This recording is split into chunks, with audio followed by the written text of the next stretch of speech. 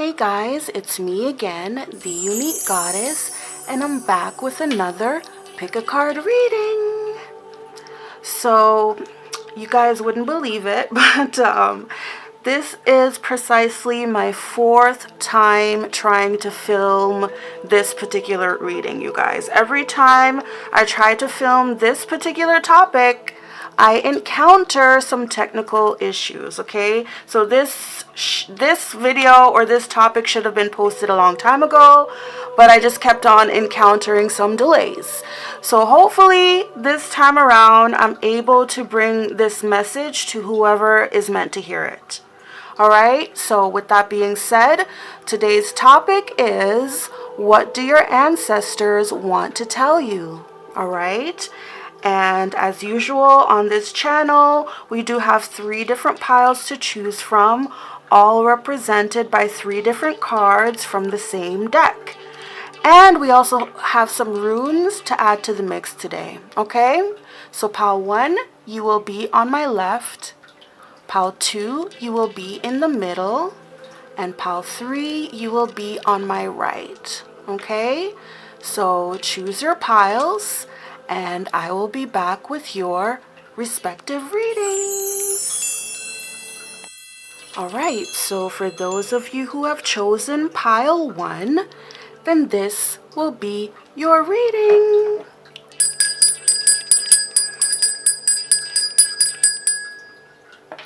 Perfect. Alright, so let's start off with the rune. The rune that was chosen for your pile 1, is this one, which is called Suilo.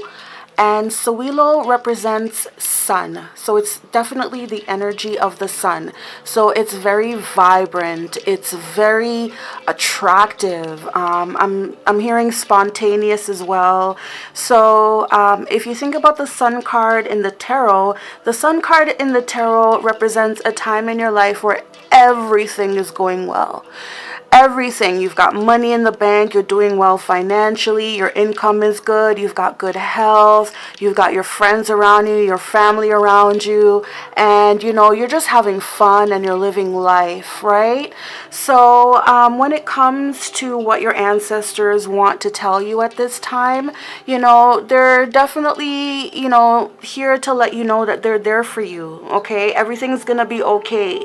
Maybe you haven't been feeling like everything's gonna be okay lately, but they're saying, trust me, there's gonna be a sunshine period in your life, okay? A time of prosperity, okay? A time of growth, okay? All right, a time of vibrancy, you know, love, family, friends, you know. It's coming, okay? It's coming. If you know, you may be in this energy right now, but if you're not, it's definitely coming, okay? Also, this card is from the 80s Music Tarot deck, which deals with the major arcana. So let's see what card was chosen for you by your ancestors. Wow! It says Walking on Sunshine by Katrina and the Waves. And look at that. We've got Suilo and we've got the sun here. So maybe a lot of you guys watching, maybe a lot of you guys may be Leos, or maybe a lot of you guys may be experiencing this in Leo season, which will be end of July to end of August, I believe. Yeah, end of July to end of August, okay? So maybe something big, something spectacular is gonna happen for you in Leo season, okay? So this song, back to the song, Walking on Sunshine, it says it's a song full of joy, positivity, and vitality. Exactly, that's definitely sunshine energy, you know, and the song is all about her, you know, just talking about how everything is going well for her that day. Like she's literally walking on sunshine. Let me just have a look at some of the lyrics here for you. One moment, please, pile 1. I'm just going to use my phone to look it up.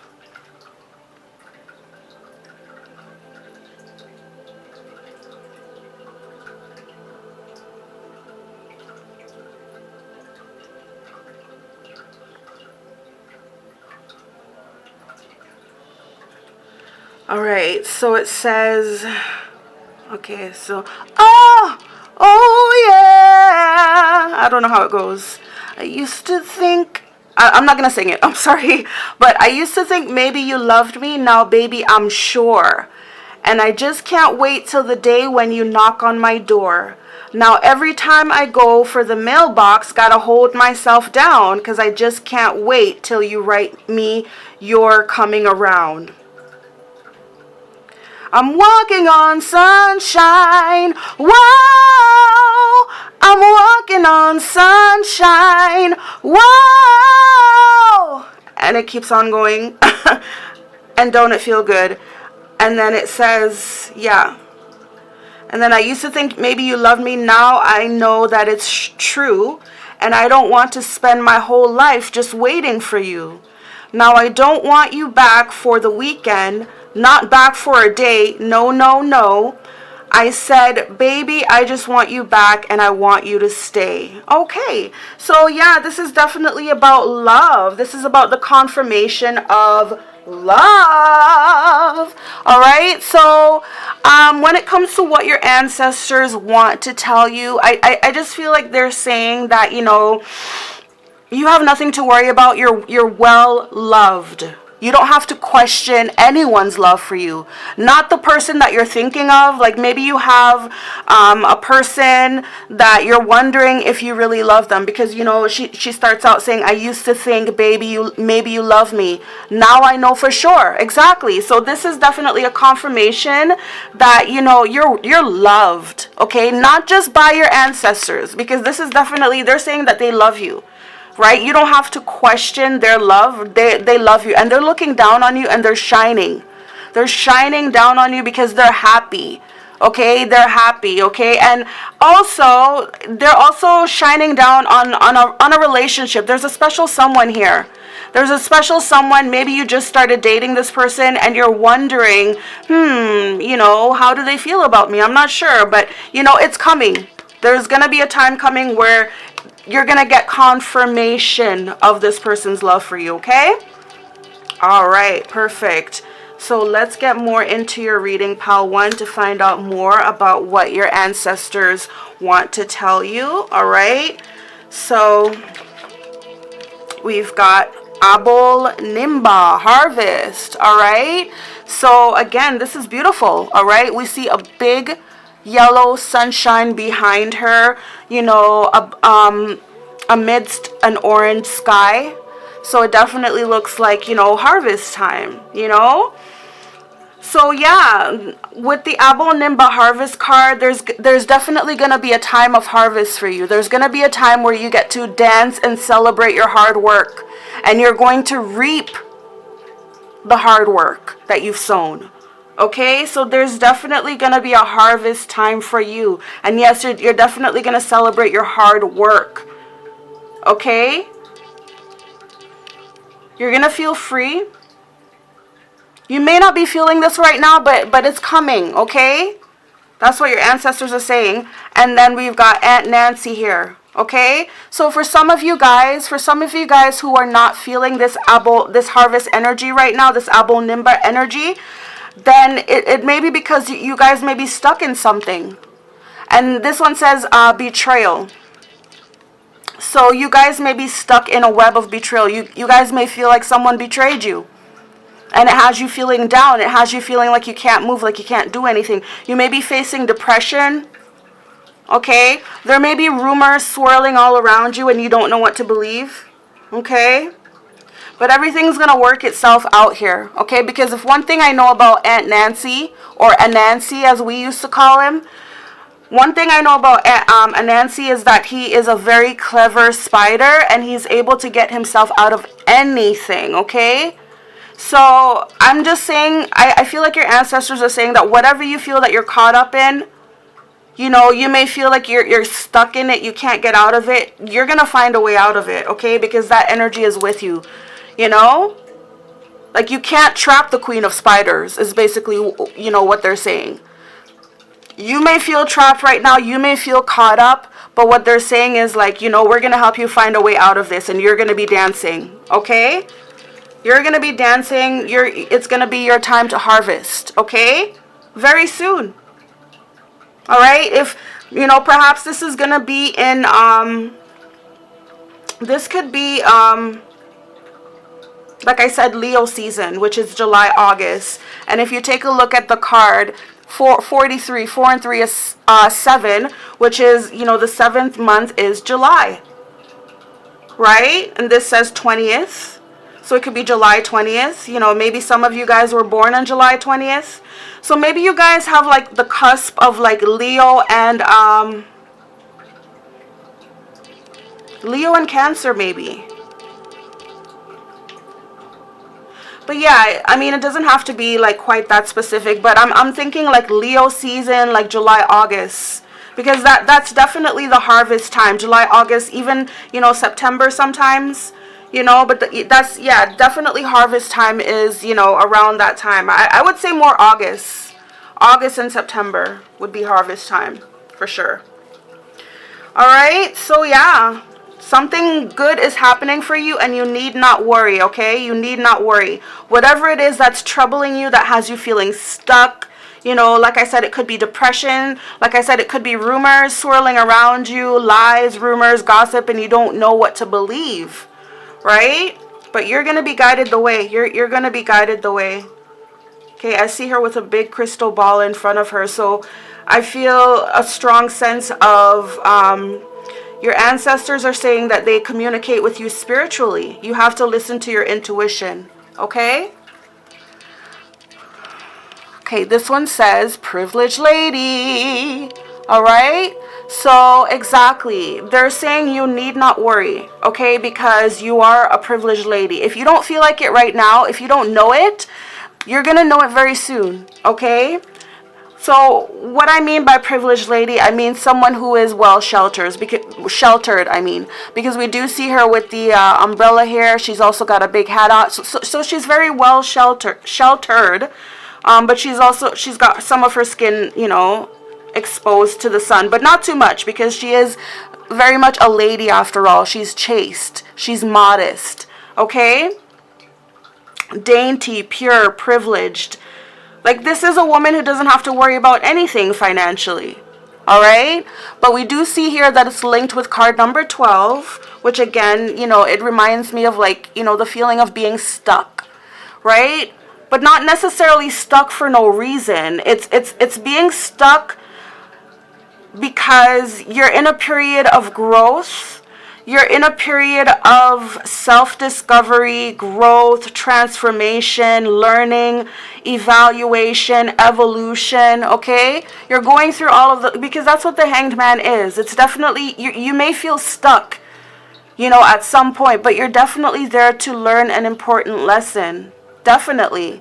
And when you do learn that lesson, you evolve. You become more spiritually enlightened. You see things from a different perspective.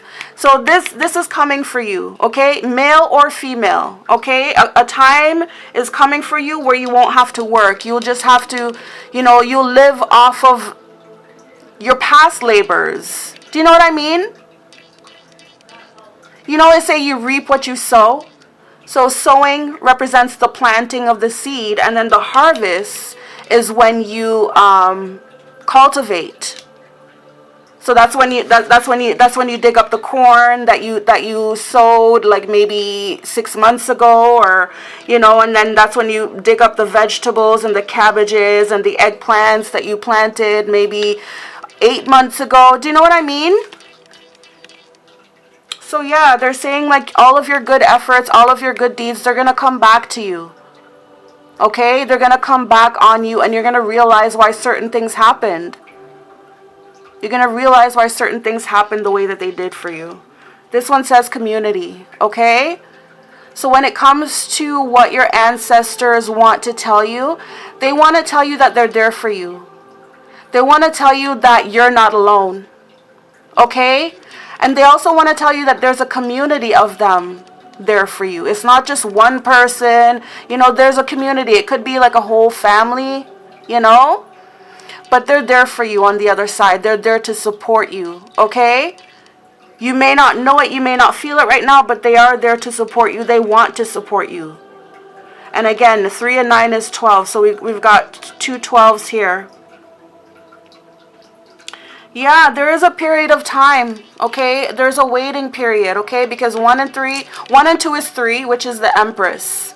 So yes, there's a waiting period before you evolve into that Empress. And the Empress is a time of creation, okay? And the Empress is a time of birth.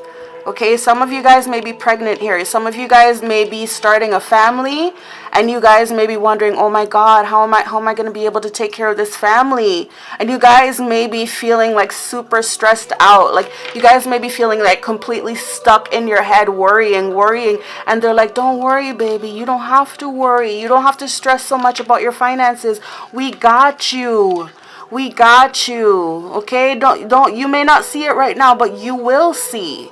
Okay, you will be that privileged Empress. Okay, just give it a few more months maybe. All right,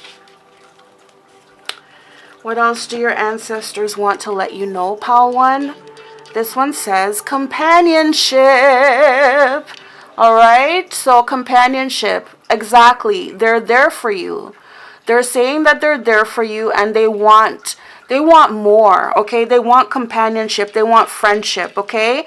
And it's interesting what I see here. This little table, it's filled with offerings. So this looks like an altar to me, right? And then there's a bird here with a lantern. It's got the key. So this to me is like a familiar. Okay, so your ancestors may communicate to you in, by visits by animals, for instance. Like an animal might visit you, for instance. It could be a bird, but it doesn't necessarily have to be. All I'm saying is that this bird represents the spirit of your ancestors. And basically what I'm seeing from this card is that they're saying that if you build an altar to them, they will come. So maybe some of you guys already have an altar dedicated to your loved ones who have passed away. Maybe you guys don't, but if you guys don't, this is a good signal to me that you guys should consider getting one very soon in order to bring you closer to your ancestors spiritually, okay? In order to give you that companionship, okay? They want to come closer to you is what they're saying. They're there for you. They want to come closer to you, okay? This one is saying opportunity. So yeah, they're saying that look at this kangaroo. He's dead staring at this door, this locked door, and that he seems to not be able to think his way out of that. He feels like he's completely stuck. But what he doesn't see is that he doesn't see this tree deity here that is like pretty much like pointing him to another direction. There's a candle here. Let's like, hello, you can go around. You can go around. You don't have to necessarily go there. So they're saying that, yeah, like there will be a new opportunity. You don't have to feel stuck. Okay, you're very one-track minded, only looking at one possibility. You're not looking elsewhere. You're not looking around to see all of the other opportunities. They're also saying that they're saying that they want to present you with opportunities. All you have to do is draw close to them. Build yourself an altar dedicated to your ancestors or to your loved ones who have passed away, and they will come close to you spiritually, and they will present you with opportunities. They will light the way for you, in other words. Okay? It says privilege. All right? And again, we saw privileged lady here. So we have privilege mentioned here twice by your ancestors. So that definitely means something. So they're definitely saying, number one, it's their privilege to hand down the torch. It's their privilege to hand it down to you. They're saying that you're worthy. And it's also your privilege to receive this torch, of course, right? I see this one tree here. This tree represents your ancestors. You see that it's barren because they've already lived their time on earth. They have no need for it. So they're passing down the lantern to you and to your future generations. Okay? And they're saying it's a privilege on both of you guys' part, because they're privileged. They're very happy to be able to hand it to you, and they're saying that you deserve it as well. So it's your privilege as well. Because what they're handing down to you is it's something powerful, right? It's a gift, right? It's a gift that they're handing down to you, not just for you, but for your future generations, from the fruits of your tree, okay? And this one is saying decisions. Okay, so what a coincidence. We have this kangaroo who's just dead focused on this closed door, this locked door, and he's not able to see the opportunity that is lighting his way, you know, around that door. And then we have a door here with tons of locks. But look, this bird that I said represents your ancestors. Look, they have the key there. Okay, it's hanging right from their hat there. I don't know if you guys can see it, but it's hanging there. So they're saying definitely they will provide the way for you. They will light the way for you. You won't have to worry about anything. They will light the way for you. They will present you with many opportunities. They will present you with so many opportunities, in fact, that you will have tons of decisions to make or tons of options available to you. Right? So yeah, they want you to trust in them. They want you to know that they're there for you. They want to help you. But it's, you know, it's up to you. Like, you have to make the first step. And I feel like the first step is this one here. Honor them. It doesn't have to be in the form of an altar, but, you know, that's what it's showing here. That to me, that looks like an altar. And the bird is visiting, you know, because he represents, you know, a spirit. He's a familiar, right? So that's what they're saying. They're saying that they will come and visit you once you make that gesture to them to show them that you're honoring them. You know, make a space in your home, honor to them. They're saying that they will come visit you. You know, their presence will be there. They will come and visit you, even in the form of a familiar or an animal. Okay? What else do your ancestors want to let you know, Pal 1? This one says Lemuria returns. Okay? Lemuria returns. So,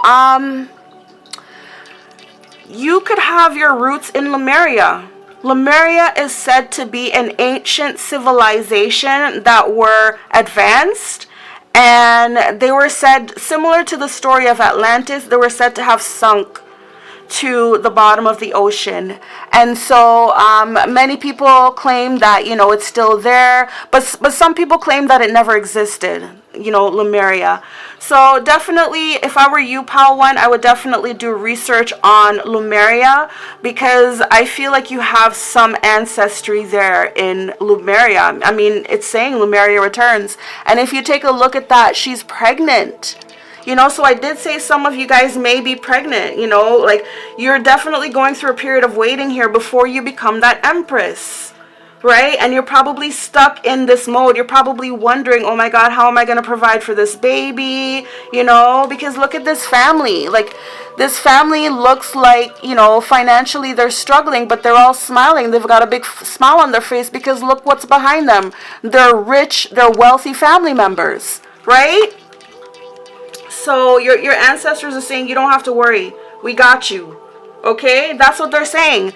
And they're saying Lemuria returns because you're carrying some kind of seed that is very important. And we see that with this privilege card here. Right? They're handing you something. They're giving you a gift that it's not just for you, but it's also for your children, for your future generations. Okay? It says earthy spirituality, community, ocean conservation. And again, we have the word community and community. Okay, so you do belong to a community is what they're saying. Okay, they're saying that there's quite a few of them over there. So yes, if I were you, I would definitely research Lemuria, because a lot of you guys that are watching this, you have your ancestral roots there in Lemuria. Okay, so find out as much as you can about those people, you know, whether you believe them or not. You know, your ancestors are communicating through them. It says Lemuria return. Maybe your child is gonna be of Lemurian descent. Okay, so yeah, take a look at that, Pal 1. Have a look up Lemuria and find out as much as you can about those people, because they may be your people. All right, and this one says vulnerability. All right, it says open your heart. Allow yourself to be tender, okay? So a lot of you guys may be a little bit hesitant to believe any of this stuff. You guys may be hesitant to believe that your ancestors may still be around, or that they may still come around to visit you, even in the shape of a familiar. You know, you guys may be hesitant to open up and accept that. And that may be the problem of that could be blocking them from enabling them to come in and help you, to come in and rescue you, right? Because, you know, in order for him to swoop down and carry her up like that, she would have to be in a very vulnerable state. Imagine if she was fighting him. Imagine if she was resisting him. He wouldn't be able to help her. So I feel like your ancestors are saying, you know what, we want to help you, we want to come closer to you, but we can't do that if you keep pushing us away. We can't do that if you don't believe in us, you know? So they're saying it takes two, right? It takes two. It takes action from you as well as from them, okay? But there's only so much they can do without action from you, okay? This one says the answers you need are coming. All right. So yeah, like you're stuck in something, some kind of confusing situation. You're feeling that you can't see your way out of it, but they're saying no, the answers you need are coming. So you don't have to be stuck anymore. Okay, so I see a full moon here. So again, a full moon to me could represent pregnancy, right? And you guys could be ready to give birth in Gemini season, okay? Which is, I believe it's May to June. Yeah.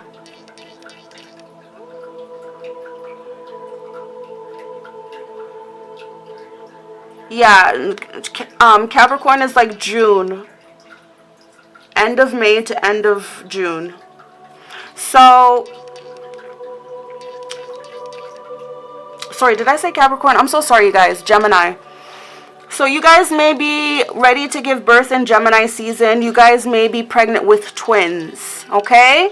But definitely the answers you need are coming. You don't have to worry about that, okay? And it says, don't let your past hold you back, okay? So yeah, there's something here, something here that's keeping you stuck, and it has to do something about your past. Okay, something about your past that you're allowing to keep you stuck. You may be feeling, you know, for some of you guys, you may be feeling, I don't know, you're worried, you're stressed about this family of yours that you're about to have. And it's something about the past, something about past betrayal. You were betrayed in the past, maybe by other family members, and you just can't seem to get over it. Maybe you're blocking certain family members out of your life because of this betrayal, and maybe you're saying to yourself, oh, I don't want this person or these people, these family members of mine to see my kid because of what they did to me, because of how they betrayed me. Maybe you have a wall up against, you know, someone in particular, or maybe some people in particular. But it has to do with something from your past, some form of betrayal. It could be a family betrayal, okay? But, you know, your ancestors want you to let that go. Find a way to not let it hold you back. Because they're saying that it's holding you back. It's holding you back from your blessings, whatever it is, okay? What else do your ancestors want to tell you, Pile 1? This one says opal. And it says, let yourself sparkle and shine. Okay, so yeah. So whatever it is that's blocking you, that's keeping you restricted, that's holding you back, you need to let it go because it's preventing you from shining. And if you're not able to shine, then they can't see you over in the spiritual realm. They can't see you if you're not shining. All right, so you've got to shine. So you got to get out of this funk that you're in. You seem to be in a period of depression or something that's holding you back, something that you keep thinking about over and over again, something that you can't let go of. But they're saying that you have to because it's preventing you from shining. It's creating like a darkness around you, right? So perhaps you need to get yourself some opal, okay? One thing I like about the opal rock is that it's iridescent, okay? its color is like a white or like a bluish white, but when you shine it in the sun or any kind of light, it's iridescent, which means it emits a kind of rainbow light. So it's very beautiful. So yeah, just, you know, get yourself some opal and try to connect with that energy, because your ancestors are saying that that's definitely you, right? And you know, the thing about the opal is that it doesn't shine, it doesn't emit that rainbow light in the dark. It needs that light in order to, if it's in the dark, it just looks like a plain white rock, or, you know, I mean, it's still beautiful, don't get me wrong, to me it is, but it's even more beautiful in the light, and it has so many different colors. It's beautiful.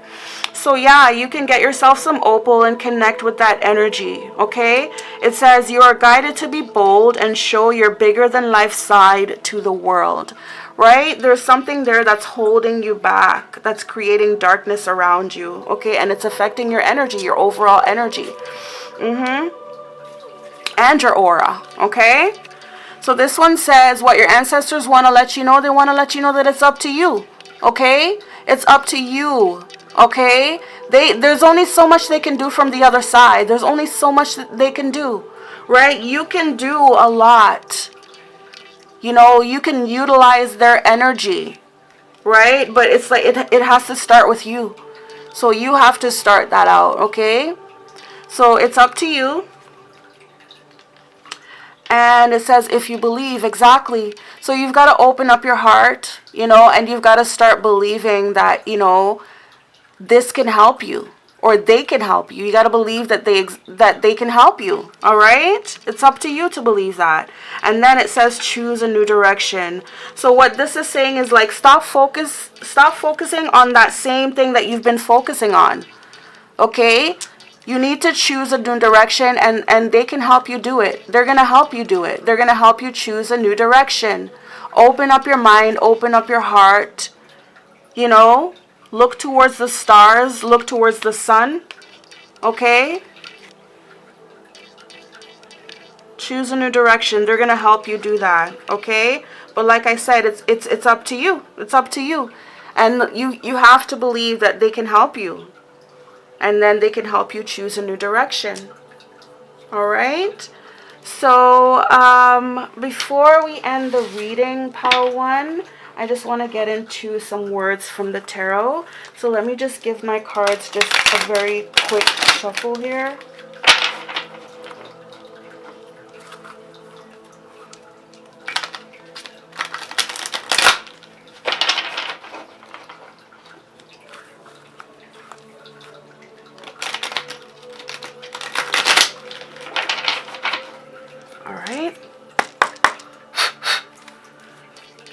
So for pile 1, okay, so this one says 10 of Swords. All right, so yes, there was some kind of betrayal that you suffered.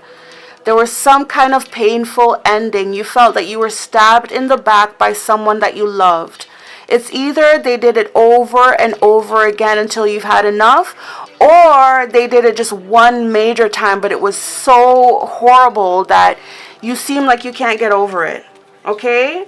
So, yeah, they're saying, okay, we've got, this is Knight of Pentacles in the reverse, okay? So, you could have been dealing with someone who was younger than you, and this person may have been non-committal. They didn't have their stuff together, okay? They were very confused. We've got Three of Cups, we've got Ace of Pentacles in the reverse, and we've got the Hanged Man. So you may have been dealing with somebody who was involved in third parties, okay?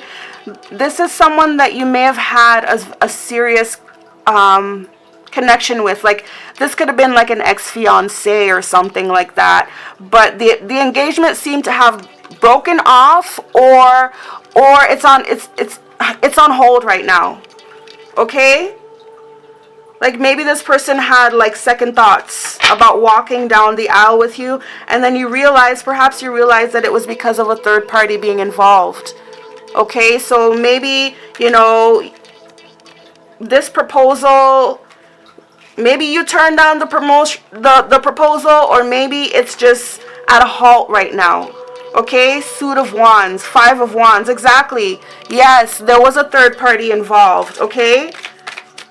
This third party caused a lot of fighting and arguments. Yeah, there was a delay. There was a delay here. So it looks like for some of you guys, if you guys were pregnant, you guys were about to have that dream of like you guys maybe were engaged and you guys were about to get married, but then you found out that there was a third party. So you guys ended the engagement, or at least it's on hold right now because of this third party. Things are being delayed. There's a huge delay, and there's also rumors going around. There's also rumors being spread about this. Yeah, because this person may still be caught up in that connection, right? And you're feeling, you know, this is giving you a lot of anxiety. Look, Four of Cups. This person, okay, with the Four of Cups flipping like that, somebody's having second thoughts here. This person who may have turned you down before, this person's having second thoughts now. Look, this is Four of Pentacles. Yeah. Now this person wants to get you back. They want to get you back. They don't want to let go. They don't want things to end, is what that is. Look, the Sun. The Sun. So basically, this person is saying that you are their sunshine. Life is so much better with you, is what they're saying. Life is so much happier with you. And this person could also be thinking about their child, okay? Because look, there's the silhouette of a child here, you know, in front of the sun. So, you know, this person here, okay, how do I explain this? Okay, this card here that shows that you're stuck, this is your anxiety. You're anxious, okay, because you're pregnant with this person's baby, and you found out that this person was cheating, and then you guys broke it off. You guys broke off the engagement or whatever it was. But this person, you know, they're having second thoughts. They're thinking about their child. They're thinking about the future with you. And they're saying life is better with you than without you. Because think about the sun. The sun provides life to everything on earth. Without the sun, we would have very, very, very little life here on earth. Okay? So basically, this person is saying that they're nothing without you. And this person is thinking about their child. Okay, this person, they're highly attracted to you. And again, Leo energy. So this person may have been saying that in the past they were narcissistic. In the past they were thinking about the opinions of others, pleasing others.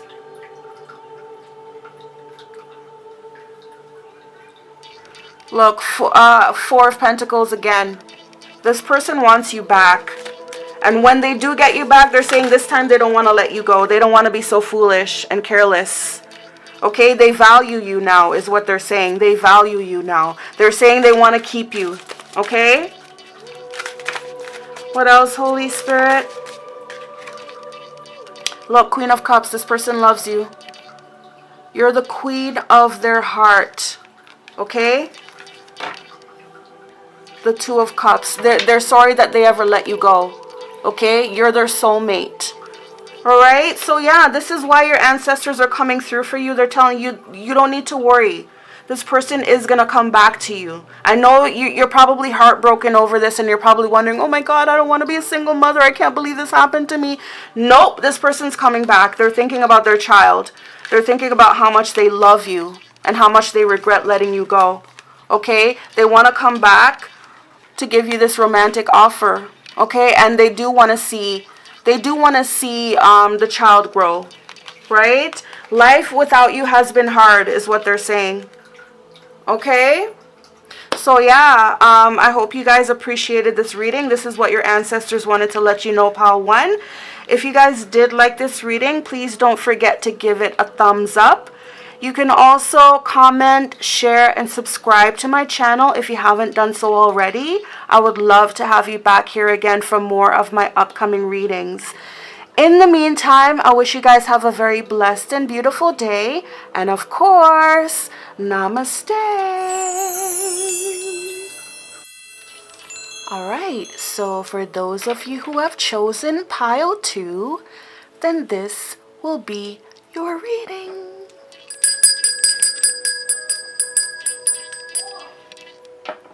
Alright, perfect. So pile 2, unlike pile 1, you have 2 runes that were chosen for your pile, okay?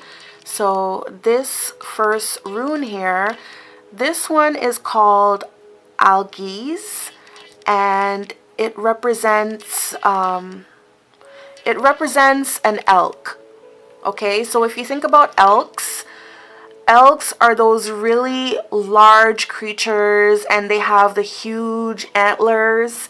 Okay, they're very powerful to look at. Okay, and they're known to be spiritual creatures. Like they are, like, if you see one, you know, and if it comes really up close to you, I feel like that really means that you have really good energy. And you know, they don't make their presence known to everyone. Like if you see one, and if you're up close to it, it's like you know, there's a message behind that, some kind of message, some kind of spiritual message that is being told about the elk. Elks they're like group animals, right? So they live in like I don't even know if they're called packs or flocks. I don't know what they're called, but they are definitely like group animals. I'm just using my phone here to see if I can look up some information about elks. So anyways, they are group animals, and so, you know, they would live, you know, in like a family, right? They would live in like a family, right, with the father, and I think sometimes even like, I think sometimes like the grandfather, like they live around in generations. So basically this rune symbolizes protection. It symbolizes family, ancestry, okay, spirituality, okay? So definitely when it comes to what your ancestors want to tell you with this rune, I think it means, I feel like they're trying to tell you that they're there for you. Okay? They're trying to tell you that they are definitely there for you. Sorry about that. I just trying to, okay, they're trying to tell you that they're there for you. Okay? They haven't left. They're still around, right? Even if it's only in the spiritual sense, they're around. You can sense them, you can feel them. You know, because the antlers of the elk are said to be sensors for them, right? So, you know, you can sense them. You know, you can feel them.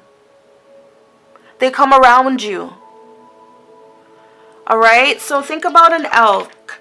So maybe your ancestors are connected to the forest, because elks live in wooded areas. They live in like forest areas and like green grass areas. So maybe your ancestors are connected with the forest, the spirit of the forest. That's what I'm hearing. Okay? And then this one here, this particular rune here, it's shaped like a bow tie, and this one here, it's called Dagas, and it represents dawn. So the dawn is like daybreak, or it's you know, it's the sun rising in the morning. It's sunrise. That's what dawn is, sunrise. So definitely they're saying, like, you know, the darkness is over. The darkness is coming to an end. There's going to be a sunrise. The sun is rising up in your life. There's a new day coming towards you. There's something on the horizon coming towards you. Something that is rising in your life, okay? And it's gonna give you a lot of illumination.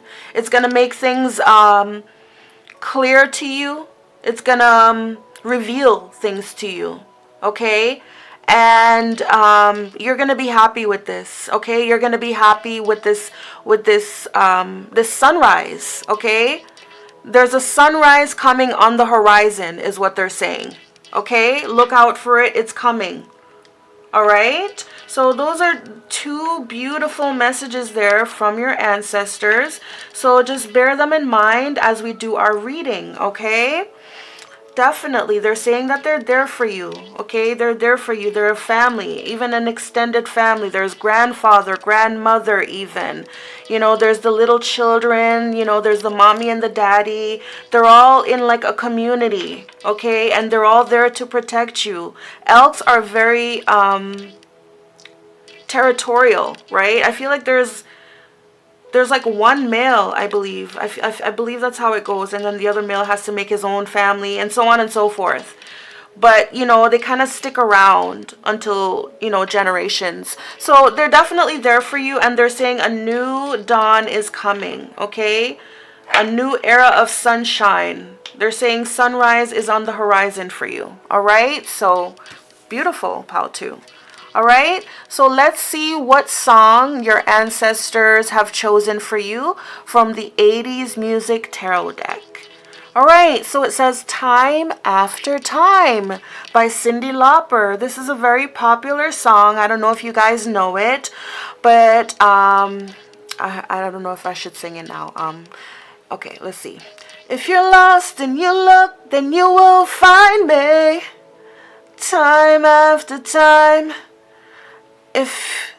If you fall, I will catch you, I'll be waiting. Time after time. It's a beautiful song, okay? This is a very beautiful song.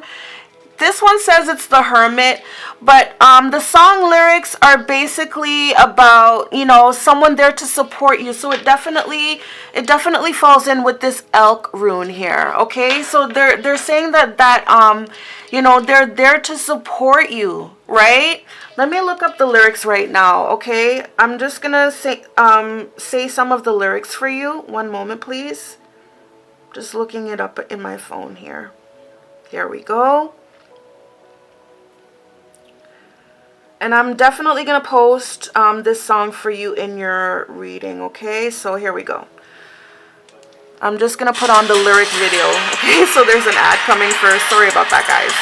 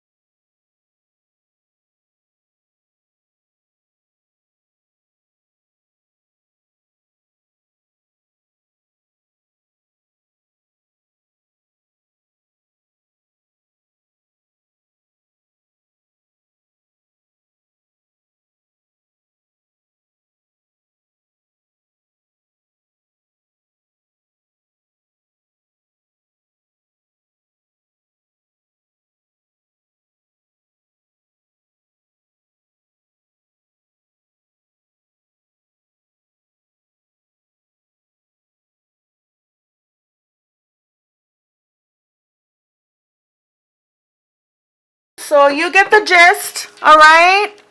So that's that song there for you. That's the song that your ancestors have chosen for you, Pile 2. It's a very beautiful song. So what they're saying is that, you know, in connection to the Hermit, what they're really saying is that you're never really alone. Even when you think you're alone, you're never really alone because they're there for you.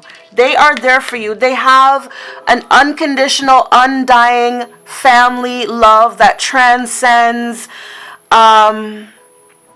space, time. It transcends life, basically. Because even if these people have passed on, which obviously they have, some of them, right? well, yeah, your ancestors, right? So they've passed on, and they're saying that they're still there for you. Even when you're alone, even when you think you're alone, you're not really alone because they're there for you, okay?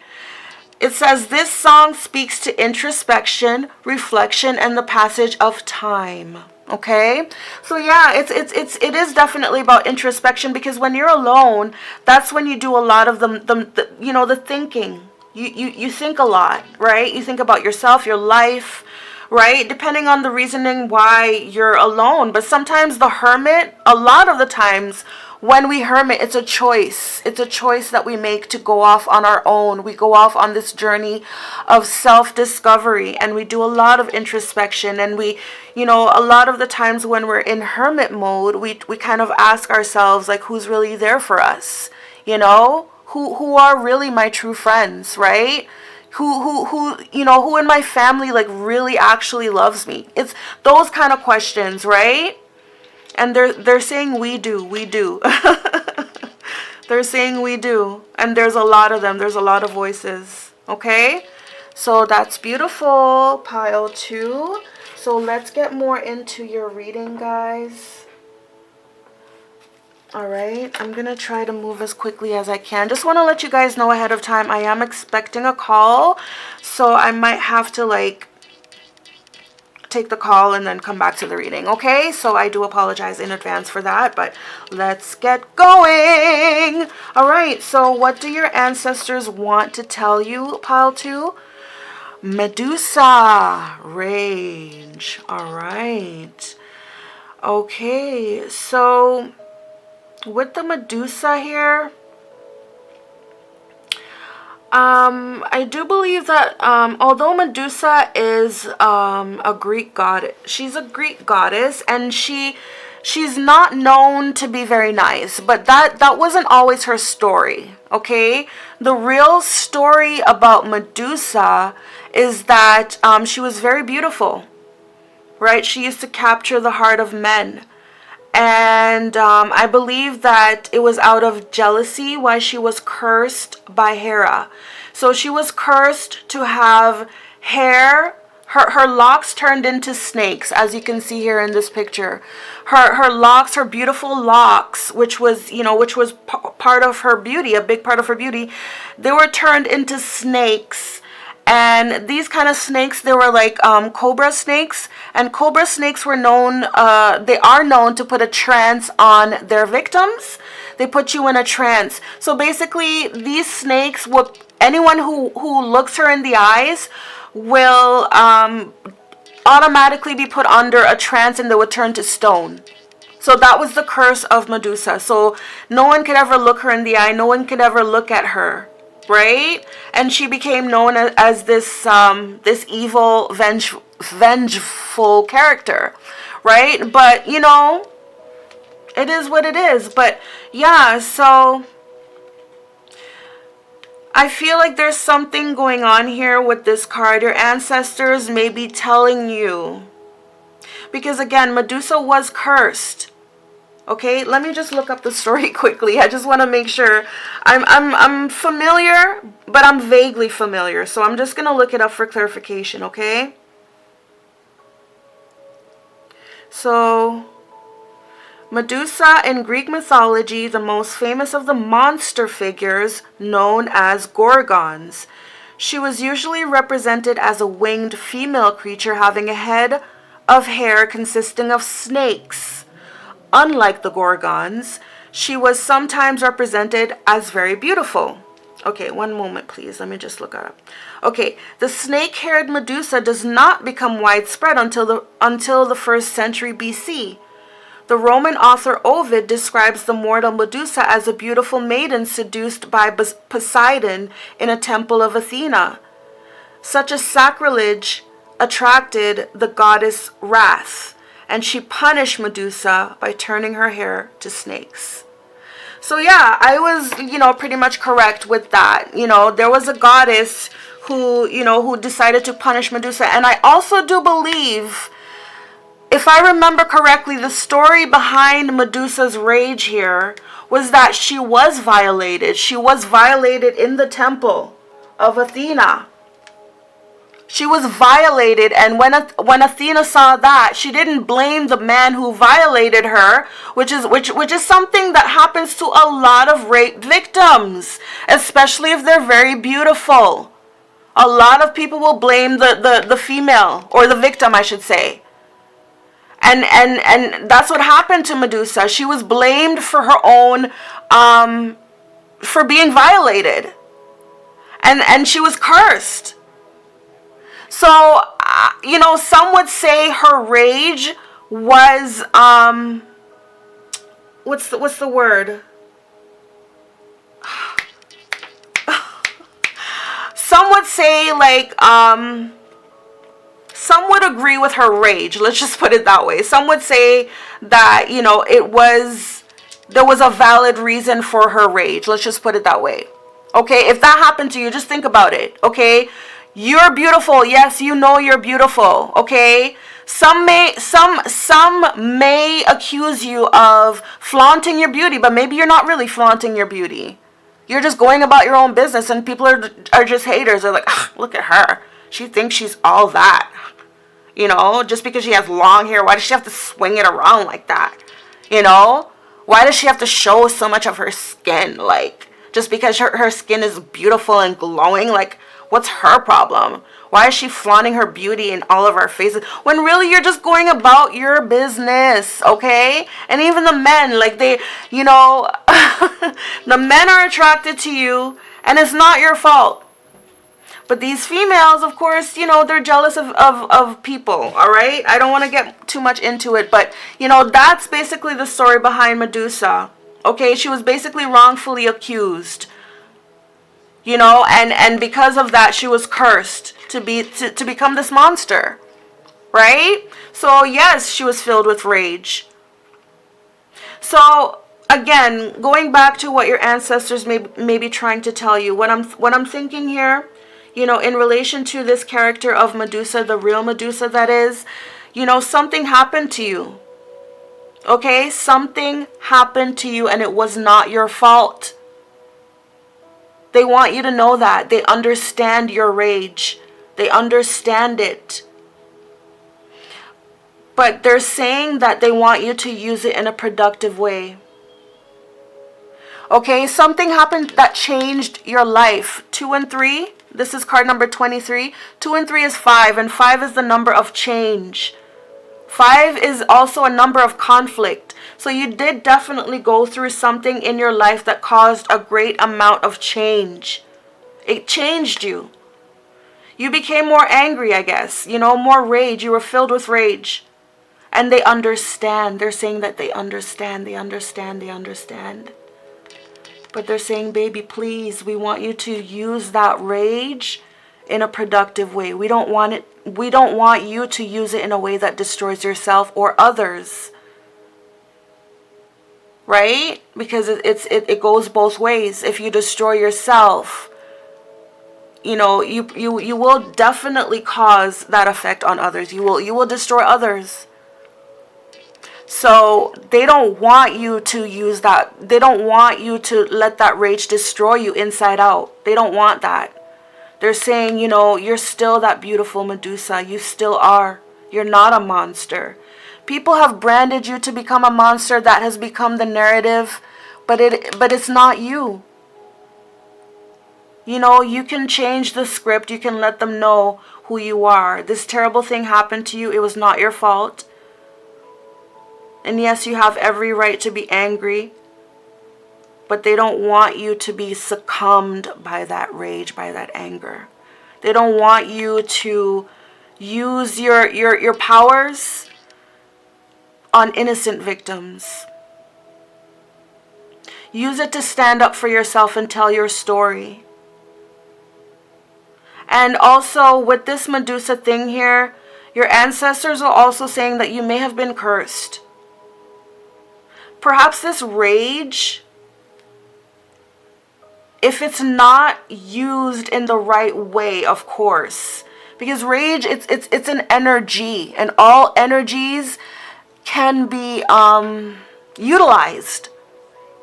right? You can utilize it, you can channel it, you can, you know, you can make great things come out of that rage. You can, a lot of people make music out of it, you know, you can create great art out of it, you know, just find a way to tell your stories, tell the truth. Don't let people vilify you. You're not the villain. Okay? And yes, there was some kind of curse put on you by some kind of like powerful but evil person. Okay? It could have been an older female family member. Right? Could have been an older female family member who was just jealous. And she did something.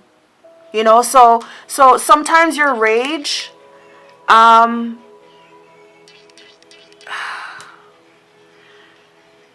this person, whoever did this curse on you, they play with your rage.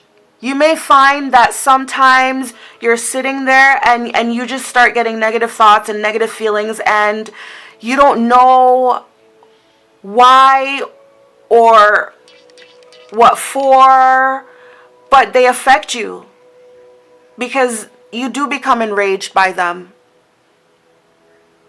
I'm hearing the word PTSD. PTSD, like you've been through so much trauma that sometimes the memories of them come back to haunt you and they affect you. Sometimes you kind of like relive them emotionally. It's because of this person. So your ancestors are saying that they're there to support you. They understand you. They're there for you. They want you to channel the rage. Channel it. Use it to your benefit. Use it to your power, but not to destroy yourself and not to destroy others. And I'm also hearing, I heard the phrase, you're a goddess. I heard that phrase, okay? All right, so what else do your ancestors want to let you know, pal, too? So it says thoughts. All right, beautiful. So obviously, this is definitely saying that they're always thinking of you. They're always thinking of you. You may have somebody on the other side who loves you. A masculine, as it's shown here. A masculine. Could be an older masculine, but this person loves you. Almost in a romantic way. But they're also saying that you're very inspiring to others, because you see this person here, he's an artist, and he's thinking of her. She's like his muse or something like that. But yeah, you're very inspiring. You inspire people. So yeah, like you may be an artist. You guys may be an artist, because one thing I know about Cyndi Lauper here, this artist here who sang this song, who wrote this song, I believe she wrote it as well. But yeah, the artist for that song, Cyndi Lauper, she's very eccentric. She's very creative, artistic. You can see it in her clothes, in her fashion, you know. So maybe you're like that as well, because I do see here, and also I sense here as well too, like you need to channel that rage into some form of art. Connect the two. If it's music, you can bring it out in your music. But don't be destructive with your music. But just tell your story.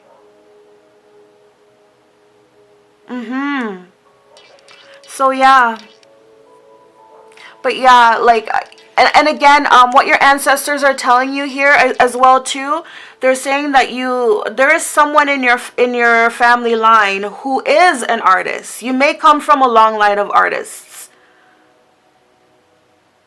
And yes, you are inspiring. There's someone who thinks of you. They're concerned about you. They hope you're okay. But yeah, you inspire them. So yeah, now is definitely a time to start working on your creativity if you haven't done so already. And you may figure something out. You may learn something when you do your art.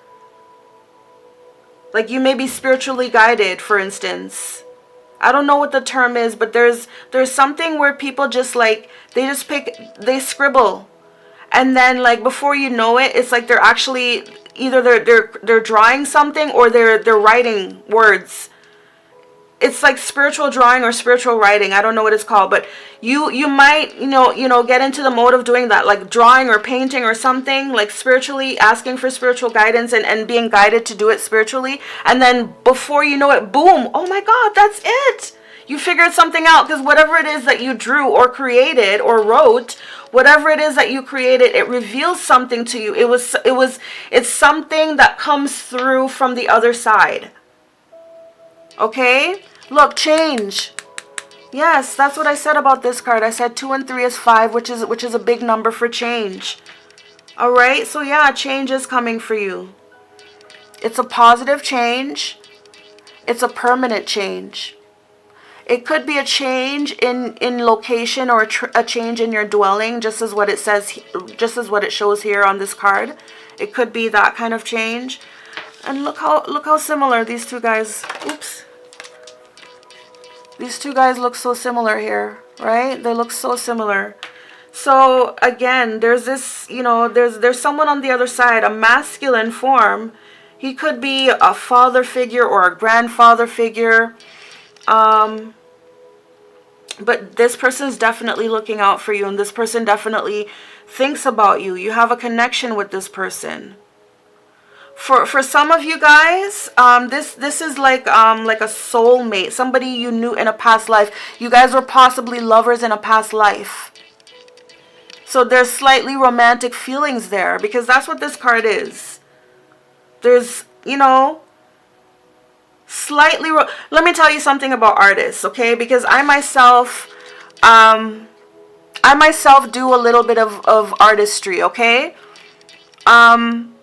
One thing about artists is that if you want the artist to create a beautiful picture of you, like, they have to see the beauty in you. Do you know what I mean? They have to see the beauty in you in order to be inspired. Otherwise, if they're not inspired and they don't see that beauty, and I'm not just talking about your physical looks. I'm talking about, do you know what I mean?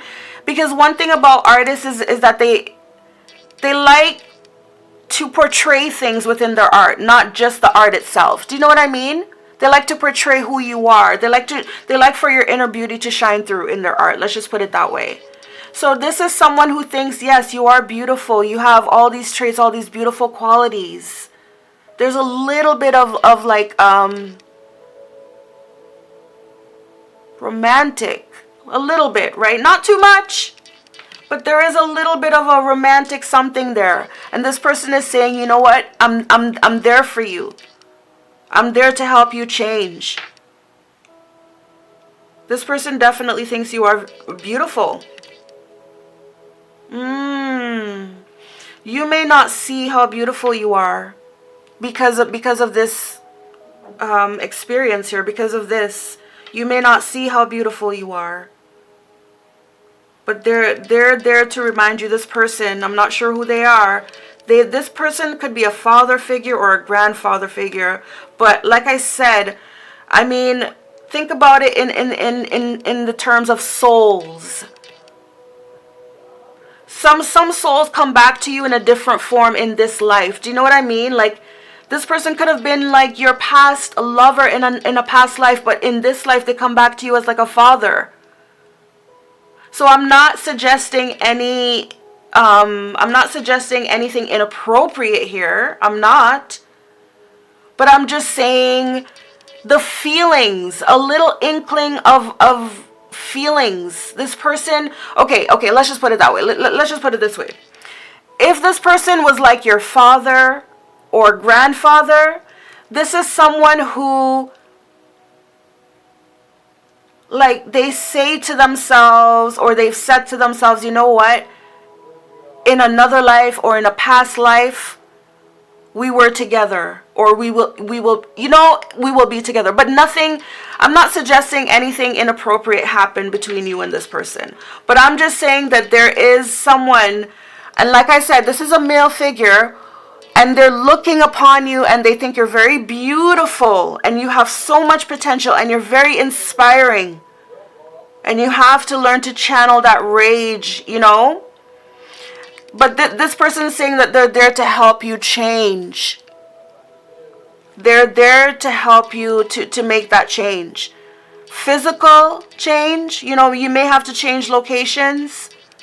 But also internal change as well. Because remember, this is card number 9, which is another card that's linked with the Hermit. Okay? 9 and 9. And 9 is a number, you know, 9 represents so many things. 9 means you're almost at the end of a situation. Right? So yes, that change is coming very soon. Just like we saw with the Daggers. Right? Daggers is about dawn.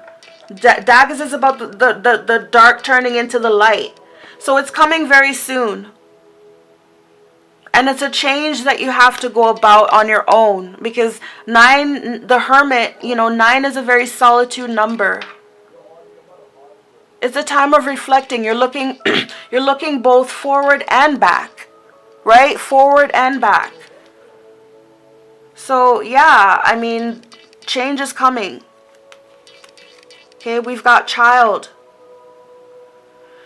So, you know, there could be a child on the other side.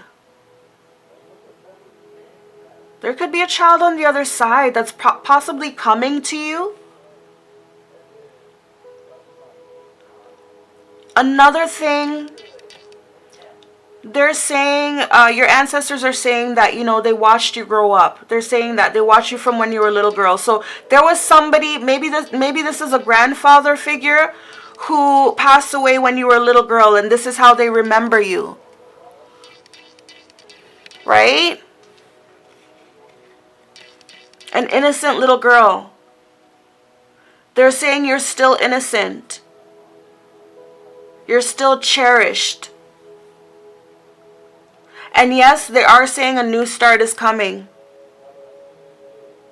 So you should be happy.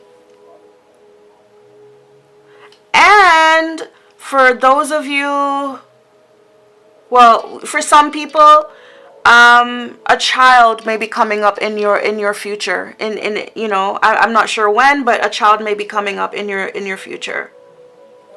Okay? And look, a mature man. That's what I said, right? That's what I said. This ancestor that's coming through the most strong here is a mature man. This may have been your grandfather who passed away when you were a little girl, you know, or a little boy. You know, take it how it resonates. But they passed away when you were a child, when you were little, still hugging a teddy bear. Right? This person has watched you grow. That's what they're saying. Like they you know, they've watched you grow. And this is someone who, again, there's something about the past life here. It's like this person has known you in a past life. And they came back to you in this life as a relative. Okay? And they're looking at your life and they're helping you. This is a wise person. They know a lot. And another thing I was getting here is like I'm getting Ethiopian and I'm also getting Mediterranean, like Italian descent. This person here could be. It could be both or it could be one or the other. But that's what I'm getting very strongly. Like this person is you know, they're from another country, right? Like I said, they could be like Ethiopian or they could be like Mediterranean, like Italian descent, okay? I'm also hearing Rome, Italy. That's what I'm hearing. I heard that. Okay, so yeah, and this person here, whoever he is, could be Giuseppe, Grandpa Giuseppe. Giuseppe, okay. This person here, they want you to travel. Could be that they want you to travel back home, but they want you to travel. They want you to learn a lot of things. Travel the world, they're saying, learn. Live a beautiful life. Be free. Yep. Okay?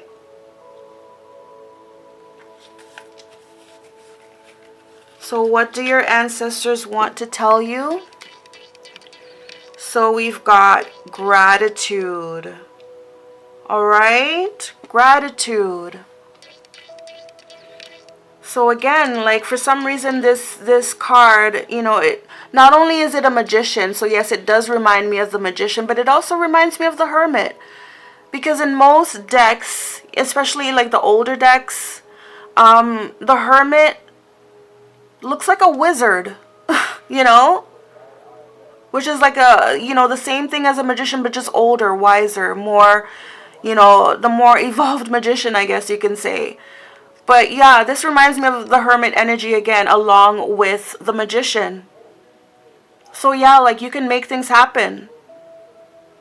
It's up to you. The power is within you. You can definitely make things happen. And there's something about you being on your own here. There's something about you being on your own. It's like they're telling you this whole journey, this whole process has to be done alone.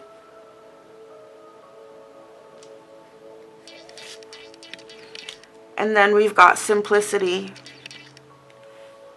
So again, we've got like this figure that looks like she, you know, it looks like a witch with a broom, right? So again, both of these cards here are, you know, signaling something to do with magic here. All right? So definitely you've got magic inside of you. You've got to unleash it. With this simplicity card coming up in the reverse, this could be signifying that that it's not going to be that easy. But you can do it. And also with the broom here, I'm sensing that there's a lot of cleanup to do. You got to do some cleaning up in your life. So that could mean getting rid of certain people, getting rid of certain energies in your home, in your life. I'm hearing like perhaps even your aura. Okay? But your ancestors are telling you that you can do this. The magic is within you. You can do it.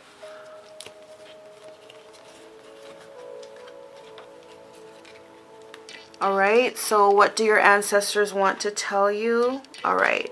So it says, farewell to the moon. Appreciate and enjoy the lunar light and cycles. Okay. So again, this is definitely, you know, so this one talked about gratitude, and this is talking about appreciate, right? So when it comes to what your ancestors are trying to tell you, they're saying, you know, you've got to learn to be more appreciative, show more gratitude.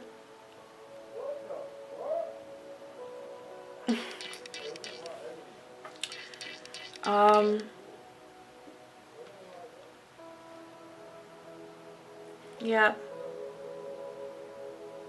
Exercise your spirituality. Be one with nature.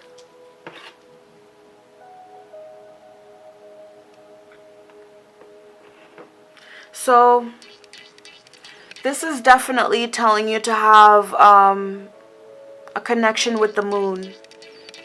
And again, look, coincidentally, look, she does have, you know, the moon, the changing of the moon behind her.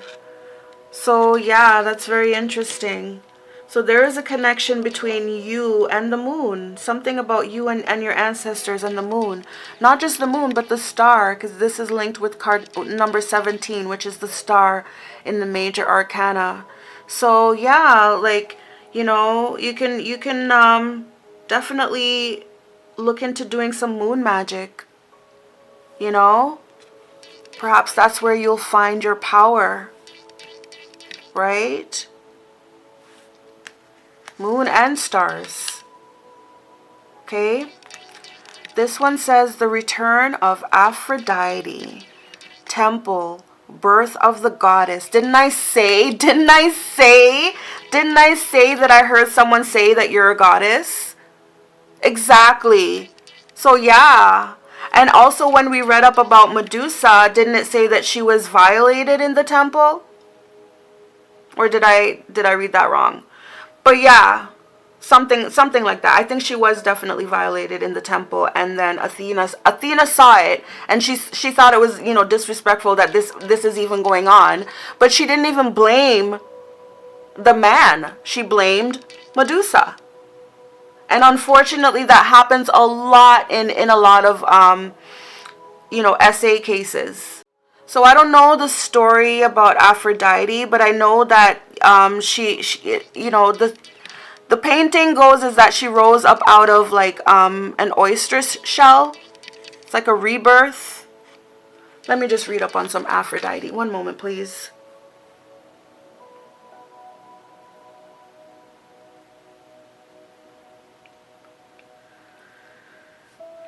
Aphrodite is the ancient Greek goddess of sexual love and beauty. Exactly, you are beautiful. Exactly. You're so beautiful that people get jealous of your beauty, and they vilify you for it. They blame you for it, right? Even curse you for it, right? Identified with Venus by the Romans, she was known primarily as a goddess of love and fertility, and occasionally presided over marriage. Aphrodite is an ancient Greek goddess associated with love, lust, beauty, pleasure, passion, procreation, and as her syncretized Roman goddess counterpart Venus, desire, sex, fertility, prosperity. Okay.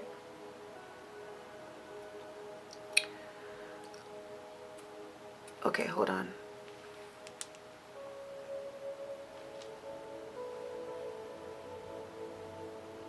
So all they're really saying here is about love and lust and this and that. But, you know, she was a lot more than that. You know, if you know anything about Venus, you know, Venus is a lot more than just beauty, sex, love, blah, blah, blah, blah, blah. You know, so, you know, that's the thing about being beautiful, is that sometimes people just brand you as one thing. They think you're only good. Oh, you're just for looking good. You get typecasted or stereotyped. I feel like that's what's happened here with Aphrodite, because that's all I was seeing there. Lust, sex, you know, this, that, blah, blah, blah, blah. But she was a lot more than just that, believe me. So yeah, it says temple, birth of the goddess, guidance, goddess energy, treating as sacred. Exactly. So yes, this person, your ancestor, wants you to know that you are a goddess, and it's time for you to rise up, and it's time for you to start embracing that, embracing it as a title for yourself, and live into it. Okay, think of yourself as a goddess. Think of yourself as like Princess Diana. Nobody comes close to Princess Diana. Nobody. Not Kate Middleton. None of those royals come close to Princess Diana. She will ever live on. You know, she was just beautiful inside and out. She was known as the people's princess. Think of yourself as the people's princess. You don't want to exercise rage onto people. Think about the little kids who are going to look up to you. Look, there's a child here. Look. And it even says something about birth and mother energy when it comes to Venus, right? So think about that kind of energy, okay? That's what you are. Okay, you guys, I'll be back. The call is coming in. I'll be back. All right, thank you guys so much for standing by with me there. As mentioned, I did have to take an important phone call. So I'm going to pick up where we left off, and we were speaking about this card here, the Return of Aphrodite. And I remember speaking about, you know, the comparison between you and a goddess here. So your ancestor here is trying to tell you that, you know, you are a goddess, or, you know, or you're becoming one, okay? And yeah, you were a goddess in a past life. That's why it's saying return, right? And yeah, you know, it's time to treat yourself as sacred. You know, it's time to emit that goddess energy that is naturally inside of you. You know, and they're there to guide you, etc., etc. All right. And then we have dreams, vivid dreaming, dream messages, dream teaching. All right. So what this is saying right now, your ancestor wants you to pay attention to your dreams here. Okay. They may be trying to communicate to you through your dreams. Okay. But you may be feeling blocked. You may be feeling restricted. All right. There may be some kind of challenge here when it comes to them being able to communicate to you within your dreams. And that's why it came out in the reverse as well. All right. But also, you know, again, 2 and 3 is 5. This is dealing with the number 5. So there's some kind of conflict here. All right. So, yeah, maybe you're feeling blocked. Maybe you're suffering nightmares right now. Right? Maybe something is going on here, but they're not able to communicate to you within your dreams. Okay, so maybe that's something that needs to be looked at for you. All right. What else do your ancestors want to tell you, pile 2? All right. It says a fiery climax approaches. Full moon in Aries. Okay. And when is Aries season? I believe Aries season is like April, May. I believe so. But anyways, so, you know, something is happening in Aries season for you for sure. Okay, definitely. Something very fiery, something very spicy, something very spontaneous. Maybe even something that you have wanted for a long time. Something that requires a little push on your part. Okay? But yeah, it's coming in Aries season. All right? It says a new romantic cycle begins. So that could be what it is. Okay? There could be a new romantic cycle coming for you in Aries season. Okay? And it's something that's going to be very passionate. This is going to be someone that you want. Someone that, you know,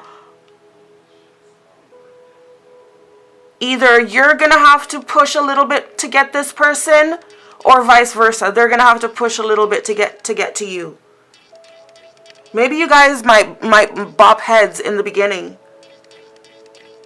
But yeah, something very beautiful is going to happen to you in Aries season. A new romantic cycle begin, and you're going to find balance. You're going to find your counterpart. This person is going to be very compatible with you. You guys are going to have a lot in common with each other. Okay? This one says surrender to the divine. Yes. So with this card, you guys might bop heads in the beginning, so beware of that, okay? But surrender, okay? So, compromise. Give in. Don't be fighting this person, or don't fight the feeling, okay? Surrender to the divine, it says. And it just says full moon. So something might happen under a full moon for you. You might gain a certain realization of something during a full moon. All right, so look out for that. So again, I do believe that your ancestors are telling you, that definitely you're gonna meet someone, a fiery climax. This is definitely when you meet someone. It's gonna be a very passionate union, almost maybe love at first sight. Maybe you guys might bop heads in the beginning because I have a sense that maybe you guys both have strong personalities. Maybe you guys both have fiery, spicy tempers. But yeah, like you guys are going to balance each other out. You guys are going to be counterparts. And then it says surrender to the divine, which is this is making me think that this may be a twin flame union. This is a union that is, or this is somebody who's sent to you. This is someone who is sent to you like a soulmate or a twin flame. So when you meet this person, take care, basically. Okay? Surrender. Don't be so stubborn. Don't be so hard-headed, Be submissive. Be, what's that other word? Receptive. Okay? What else do your ancestors want to let you know? This one says watermelon tourmaline. Okay? And it says stress reduction. De-stress your mind, body, and schedule as you need rest, recharge, and revive. So this person, this new lover of yours that's coming, they're going to help make things a lot easier for you. Because I don't know if you can see this, but if you take a look at this picture here, one moment, please. Hold on one moment. All right, so with the watermelon tourmaline, I don't know if you guys can see it, but there's two figures here, a female and a male, and they're both holding up this this sphere. Okay, this beautiful sphere. But basically what I see here is a strong sense of support. This person is supporting you. This person is helping you. So yes, whoever this person is, they're going to be like a breath of fresh air. They're going to be very refreshing. Think about watermelon on a hot sunny day. They're going to be very refreshing, and this person is going to help you out, and they're going to help uplift you as well. Okay? This person, that's what they're there for. Your ancestors are trying to tell you that's what this person is there for. So don't resist, right? Don't resist. Be submissive, right? Surrender to the divine when this person, you know, because like when I see this card here, it says a fiery climax approaches, and we see the ram with the horns, and this could be you with this person. This could be you towards this person. It's a fiery climax, okay? But then we see a new romantic cycle begins. So something happens out of this fiery climax. Right? And then under a full moon, you come to a sudden realization. Maybe you realize, oh my goodness, I'm in love with this person. Right? So yeah, that's what's happening there. And perhaps you realize, oh my God, this person is like, they're my guardian angel. They were sent here to help me. Right? They were sent here to be like a breath of fresh air for me. Right? All right. So this one says, let go. All right. So definitely it says let go. There's something that's inside your heart, something that's blocking your heart. Okay? Something that's on your mind that's blocking your heart. Something that you need to let go. Okay? That's what your ancestors are letting you know. There's something that you need to open up, and you need to let it out of your heart. Okay? It could be this past trauma. It could be this rage. Okay, but you got to let it go. Okay? In order to receive love, and in order to love again, you definitely have to let go of all that dark energy inside of your heart. Because all that dark energy would do is consume. And then before you know it, you'll have like this big empty void in your heart, and no one there. Right? So you just got to open up your heart. You got to let go. Okay? It says remain positive. Okay? Your ancestors want you to remain positive. Don't dwell on the rage. Don't dwell on the past trauma. Don't dwell on how people have hurt you, on how people have let you down. Yes, they're all assholes. We know that. There are a lot of assholes in this world. There are. But don't let them bring you down. Don't let them steal your light. Don't let them fill your heart with void and darkness. You know? Don't let them win. Look at this bouquet of flowers. I feel like that's saying like that's what's inside of you. This sparkling, magical bouquet of flowers. Right? You have like a big halo over your head. You know? So remain positive. Let your energy shine. Let your aura show. It's beautiful. You know? If you don't remain positive, then, you know, we can't see that energy. We can't see those lights. All we can see is the darkness and the anger. It says there's something better. Okay, it says there's something better. Here's another sparkling bouquet. Wow. So your ancestors are definitely saying that they wanna send you some flowers, or they have. So maybe you can they want to offer you some flowers. They're saying you're beautiful. You're worthy. You're a princess. You're special. That's what they're saying. Yep. So yeah, it's saying there's something better. There's something better. But in order to get to that better, you have to look at things from a different perspective. Remember, this card was reverse. I had to turn it this way in order to see, wow, that's a beautiful angel handing me a bouquet of sparkling flowers. Yeah. So you got to change your perspective on how you view things, how you look at things. You know, you got to put on a positive mindset, let go of the anger, let go of the pain, let go of the trauma. Okay? And then this one says within the next few months. All right?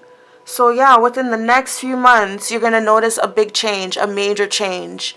And I do believe that within the next few months, which will be Aries season, the next few months will be Aries season, or even sooner than that, right? But yeah, within the next few months or sooner, you will notice this change, okay? You will meet this person that you're meant to meet, your soulmate, or your twin flame, or both. This person will help uplift your life. You guys may start working together, as many twin flames do, right? Working together. I mean, look at that. Right? The female, the male, and they're both, he's supporting her, carrying this huge sphere. Beautiful. And it's shining down, and it's beautiful. So yeah, get yourself some watermelon tourmaline if you can, if possible. You may be able to connect with that energy. You know, it may have some healing properties when it comes to your situation. Okay? So yeah, before I wrap up your reading, pile 2, I'm just going to get into some tarot here, okay? So I'm just going to shuffle my deck. One moment, please.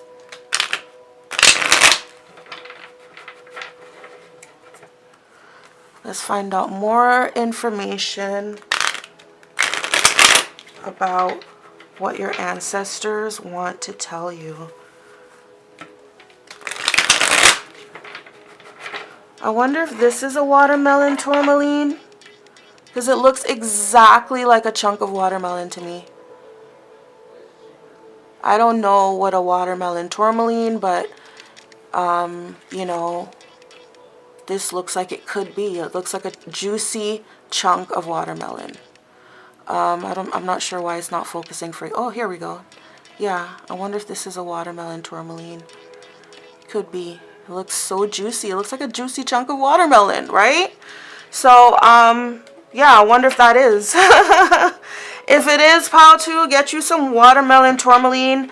And, yeah, perhaps you can be able to tap into those energies, meditate on it. You know, perhaps they can help you to heal.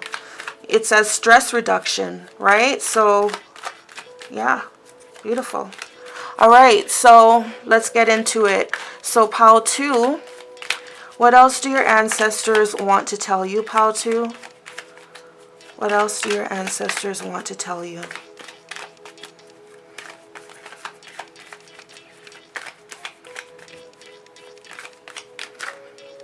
All right, so it says Mrs. Robinson. So this is the devil. All right. Okay, and then we've got Father of Baskets. So this is King of Cups. And then we've got the Moon. Okay. So again, what I'm seeing here is similar to what I'm seeing here with these 3 cards here. I see here the devil, right? So the devil, you know, can it could be in a lot of things, but it, you know, it's usually someone who's up to no good. Could be a sneaky person. Could be someone who has addictions and they're trying to hide it. You know, it could be a liar. It could be deception. It could be a lot of things. But you know, when you see the devil, you think, you know, bad news. But here we have King of Cups. You know, this is someone. This is a loving man, a loving, intuitive, spiritual man. Okay, he's very emotional. He's not big on words. He's more big on, you know, showing his emotions. So yeah, that's the King of Cups. So that's someone who's in love, a male who's in love. And then we've got the Moon, similar to this one here, the Moon, right? So I see here like a relationship that kind of, maybe it starts off on the wrong foot here. Okay, maybe this relationship starts off on the wrong foot between you guys. Like this connection maybe starts off horribly, you know. I'm just going to give you an example. Maybe you guys are friends with benefits. Maybe you guys just fight a lot, you know. And it just looks toxic. It just looks completely toxic. But you guys still remain connected. So that's why I say you guys are like friends with benefits, but you fight a lot. You guys don't get along. You guys appear to be very toxic on the outside. But here we have a man who, you know, who has real feelings.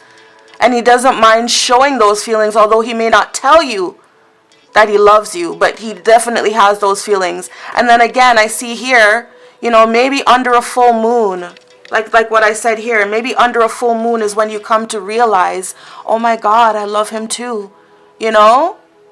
And this one says Pa.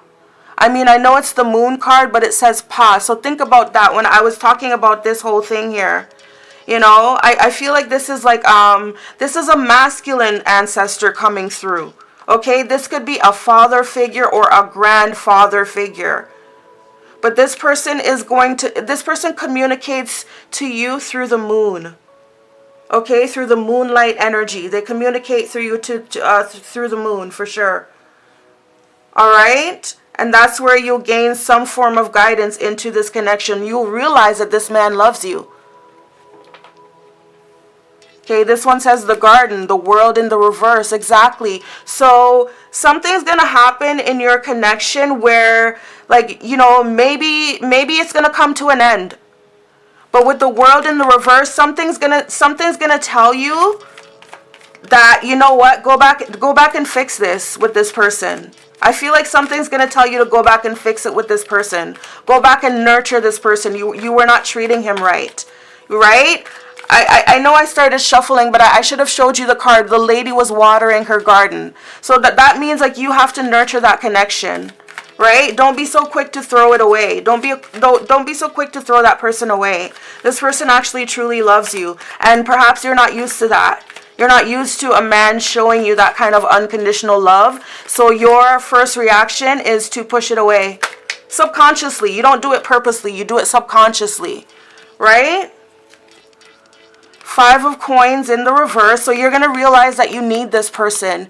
You're going to realize that you need this person and you don't want to be without them. You're going to realize that you're better with them. Okay? And 3 of sticks. Exactly. You're going to want to go back. You're going to want to go back. You're going to regret walking away from them. Okay? Miss Ida. This is the High Priestess in the reverse. So this could mean that you go back to this person and you kind of like, you tell them a lot of things that you were keeping inside. You reveal a lot of secrets to them, basically. You communicate to them honestly. You tell them things, you know, maybe about your upbringing, maybe about your life, maybe about, you explain things that were hidden, right? You guys have a heart-to-heart conversation, right? This one says Mother of Sticks and Father of Knives, okay?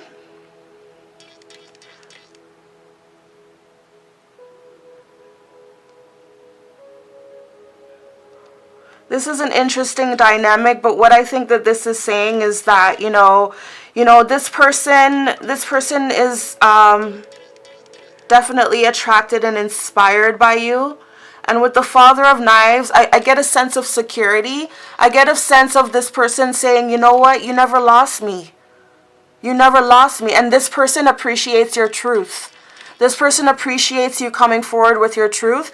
And this person, like, whatever you say to this person, it will make them want you more. It makes them more attracted to you. And they're proud of you. They feel like you did the right thing by speaking up. Do you know what I mean? And telling them whatever you share to them. Okay, 4 of Coins, yeah. They never want to let you go. Right? 10 of Knives. Okay, give us... So we've got the Big Queen, the Empress, and 9 of Knives, which is, you know... 9 of Knives is a card of overthinking, anxiety, stress, you know. So basically with these 2 cards, what I feel like your ancestors want you to know is like you need to stop stressing because you're already an Empress. You're an Empress. Okay? Stop stressing. An Empress always has her wants and needs met. She always knows how to... She's a very creative person. She knows how to get herself out of situations. Okay? And then 10 of Baskets. Yep. So, yeah, like you're definitely gonna... I feel like this is saying as well that perhaps you are gonna go off and have a family with this person.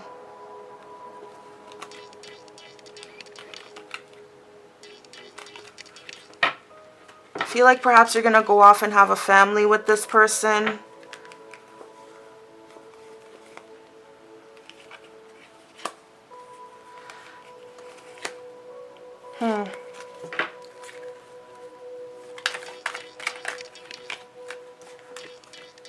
Son of Baskets. Son of Baskets is the Knight of Cups. So yeah, this person is definitely interested in you and they're coming towards you very soon. They're coming. You're going to hear from this person very soon. They want to date you. This person wants to date you, take you out, you know, and they're coming towards you very, very soon. Like the card says, within the next few months, you know, or sooner, okay? All right. And it says Big Mama. And this is the Sun. So yeah, everything's going to be okay. Everything's going to be okay. No need to stress. You're blessed. You know, your ancestors are there for you.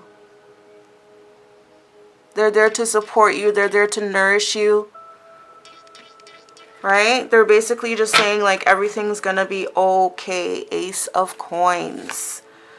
And then we've got Page of Coins. All right. Yeah. I do believe that this person that you're going to meet, this person that's coming up, they're going to be someone special. They're approved by this ancestor that's coming through here. They're approved by this person.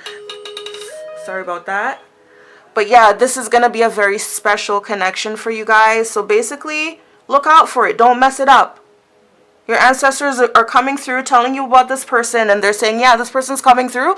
Don't mess it up. Listen to our guidance. There's going to be a moment for you under the moon. Okay? I'm telling you. There's going to be a moment because maybe you guys would have broken up. You know, and then one night you're sitting under the moon and somehow like maybe you hear a whisper, maybe you hear a voice, maybe you get a memory or a thought or something that inspires you about this person and gives you a sudden realization. Okay? So I'm going to leave the reading here for you, Pile 2. I hope you enjoyed it. If you did, please don't forget to give the video a thumbs up. I truly appreciate those gestures. Also, if you haven't done so already, please don't forget to share, comment, and subscribe. I would definitely appreciate that as well. To all my subscribers, new and old, thank you so much for supporting me on this journey. I hope you guys have a very blessed and beautiful day. And of course, namaste. All right, so for those of you who have chosen Pile 3, then this will be your reading.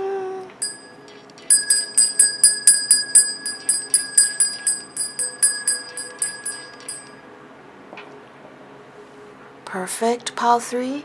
Thank you so much for joining me for this reading, Pile 3. I hope things are going well for you. So in your reading today, we have 2 runes that will help us, give us some clues as to, you know, what your ancestors want to tell you overall, okay?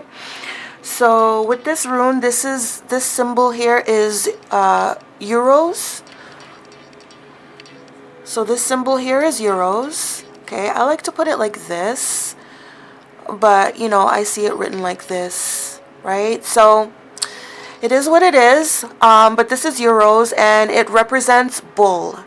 And that's the reason why I like to put it like this, because I see it as being like the horns of the bull, you know, how they, you know, so, but it is what it is. I see it written like this, so, but yeah, it's bull. So it represents tenacity, courage, strength, bravery, you know, all those qualities of a bull, right? So, you know, this is saying that you have that energy. You have that bull energy. You may be stubborn, okay? You may be stubborn. You may have a lot of energy, a lot of force, you know?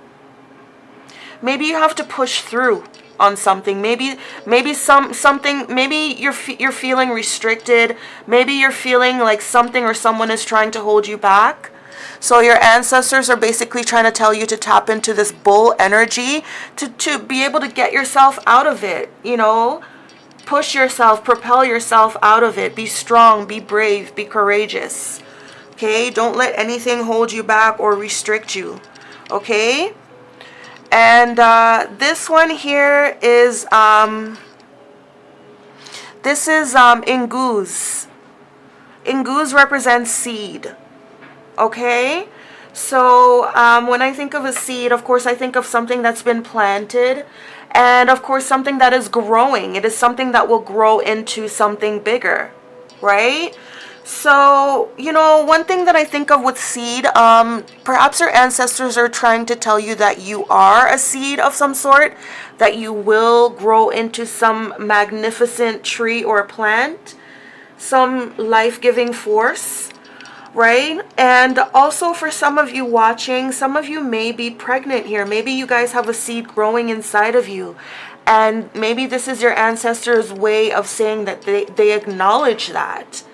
And they want to let you know, we acknowledge this seed that's growing inside of you, or that will grow inside of you. And, you know, we're there for it. We're there to nurture it. We're there to help it grow. We're there to watch it grow, because it's going to grow into something beautiful, something phenomenal. Okay? Maybe this seed is the bull. Maybe the seed has the bull energy. Okay, so for those of you who are pregnant, right, you may feel a lot of like, this child may be very rambunctious. They may be like doing a lot of kicking, right? All right, so this child may be a Taurus as well, right? This child may come through in Taurus season, which is May. I believe it's like end of April, May.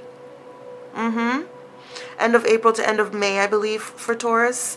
So yeah, maybe this child may be born in Taurus season. Maybe you guys were born in Taurus season. Okay, because Taurus definitely represents the bull for those of you who don't know, okay? In Western astrology, that is. All right. So now let's have a look at the song that your ancestors have chosen for you, Pile 3. All right, so this is a song from the 80s Music Tarot deck, which deals with the major arcana. So let's have a look. Ooh, the Lovers. And the song that was chosen for you here is Endless Love by Diana Ross and Lionel Richie. My endless love. I'm familiar with this song, okay? So, yeah, it's a classic love song that perfectly captures the essence of the Lovers card. Okay, so let me just have a look here. I'm just going to see if I can pull up some of the lyrics. Maybe I'll be able to play you a brief sample, Pile 3, okay? It's a beautiful song. Let's have a look. Oops, sorry.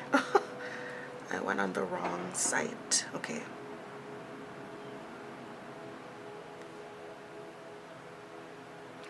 Okay, here we go.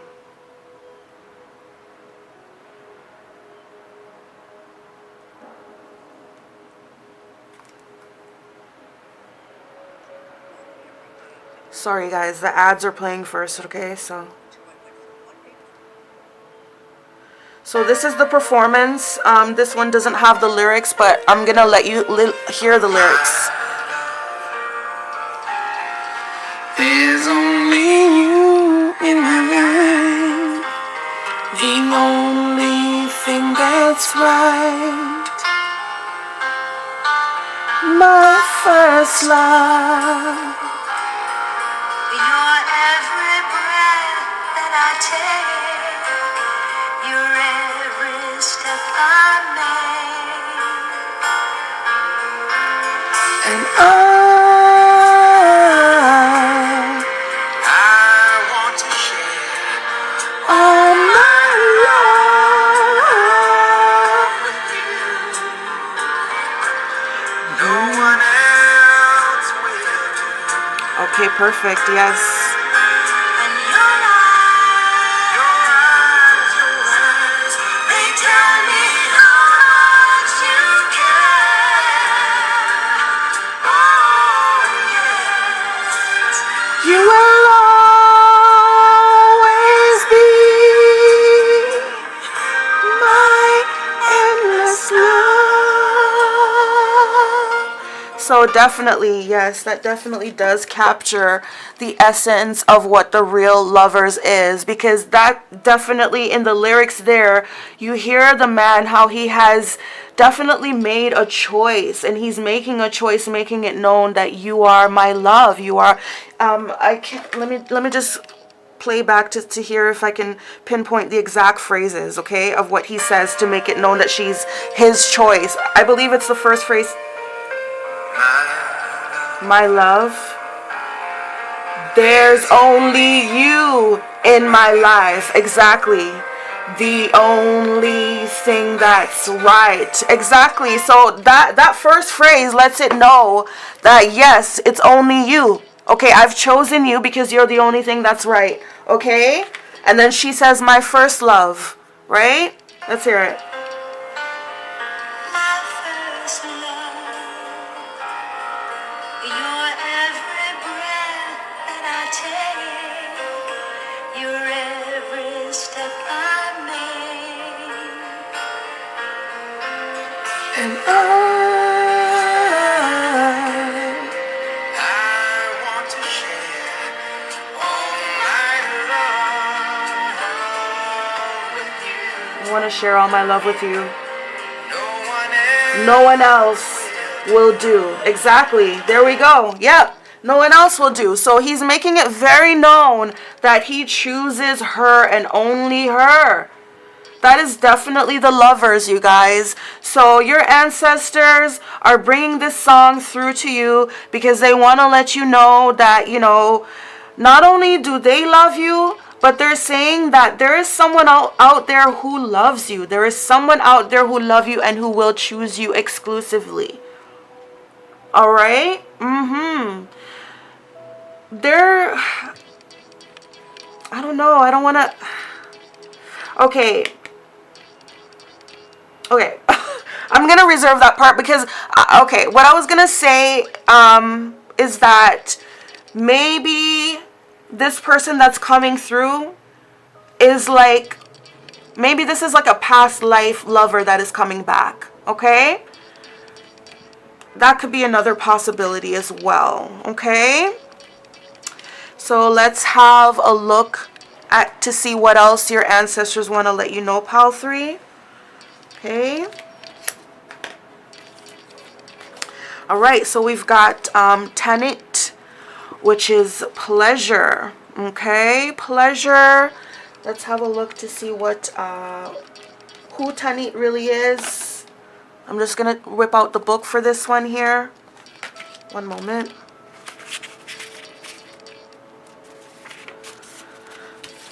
So Tanit was the goddess of the stars in ancient Carthage. Today, all the way over in Ibiza, they still have pleasure-filled full moon midnight table dancing parties in her name. Okay? So, what I'm getting from this card is that someone finds you very attractive. Someone finds you very tantalizing. Particularly your stomach and your hips. Maybe you're a dancer. Maybe you are a dancer and, you know, you move your hips and your stomach. And there is someone there who just is mesmerized by the way you move your hips. Maybe you like to show your stomach a lot, like this. Maybe you like to show your stomach a lot and this person loves your stomach. Maybe you do have, you know, pronounced hips, like curvy hips, right? And I do see a lot of stars.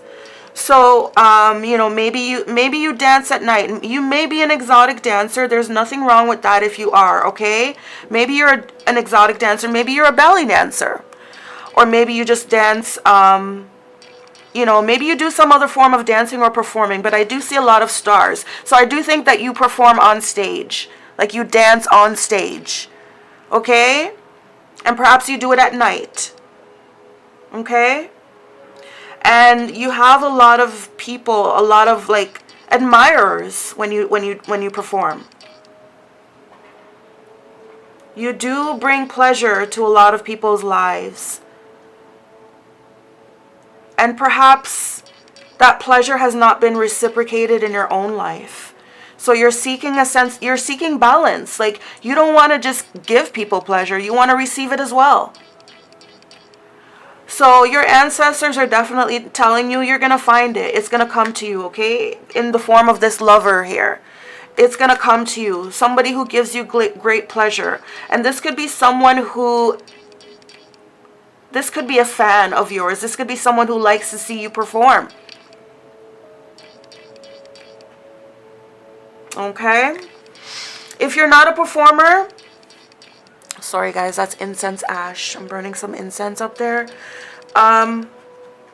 If you're not a performer, then, you know, you just have a beautiful, flowing, curvy body. Perhaps you like to show your midriff. Sometimes you know, maybe you like to wear like, you know, belly tops like those. That's what we call them, a belly top. But maybe you like to show your middle section, and you know, you have an admirer or maybe a few admirers. You know, people admire your curves, your hips, your stomach, you know, you may have some abs even though you're curvy, just like what it shows here in this picture.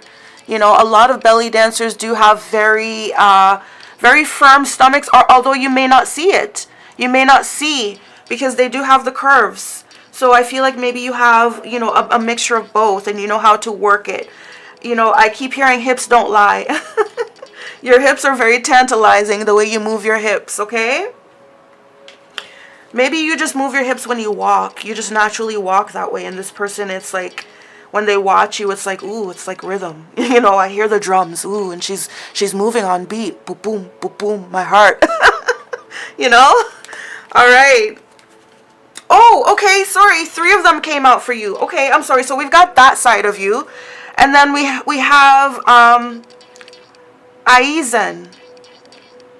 Aizen, okay, and it says miracles. 4 and 2 is 6. So that again is, you know, the lovers. Okay? So I'm going to look up who Aiza is. Aizan. Okay.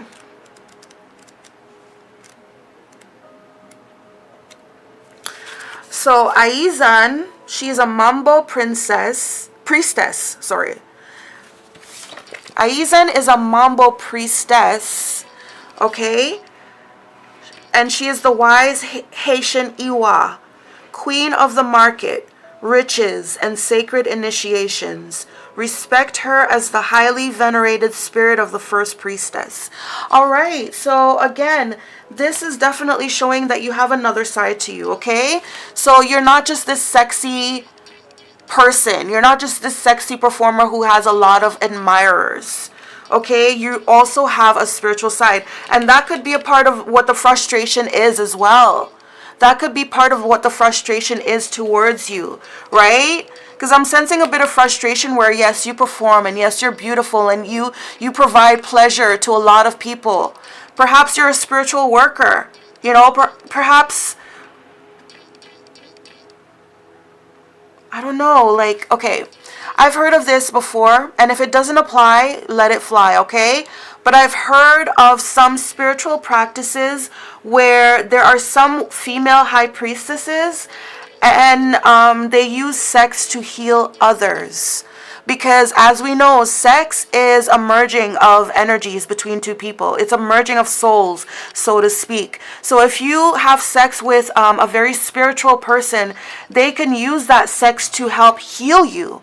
So for some of you watching, or maybe just for one person watching, you guys may be like a healer, and you may use your sex to heal others. That's what I see here with these two. So it's like your performances, maybe this is a sacred dance, a sacred ritual that you have to perform before doing it. Right? And yeah, like, you want your respect.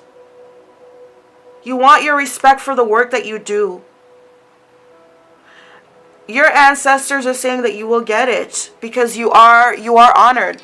It literally says, look, it literally says respect her as the highly venerated spirit of the first priestess. Okay? So yes, you are looking for your respect. Right? Maybe some people, maybe some men have a weird view. Like,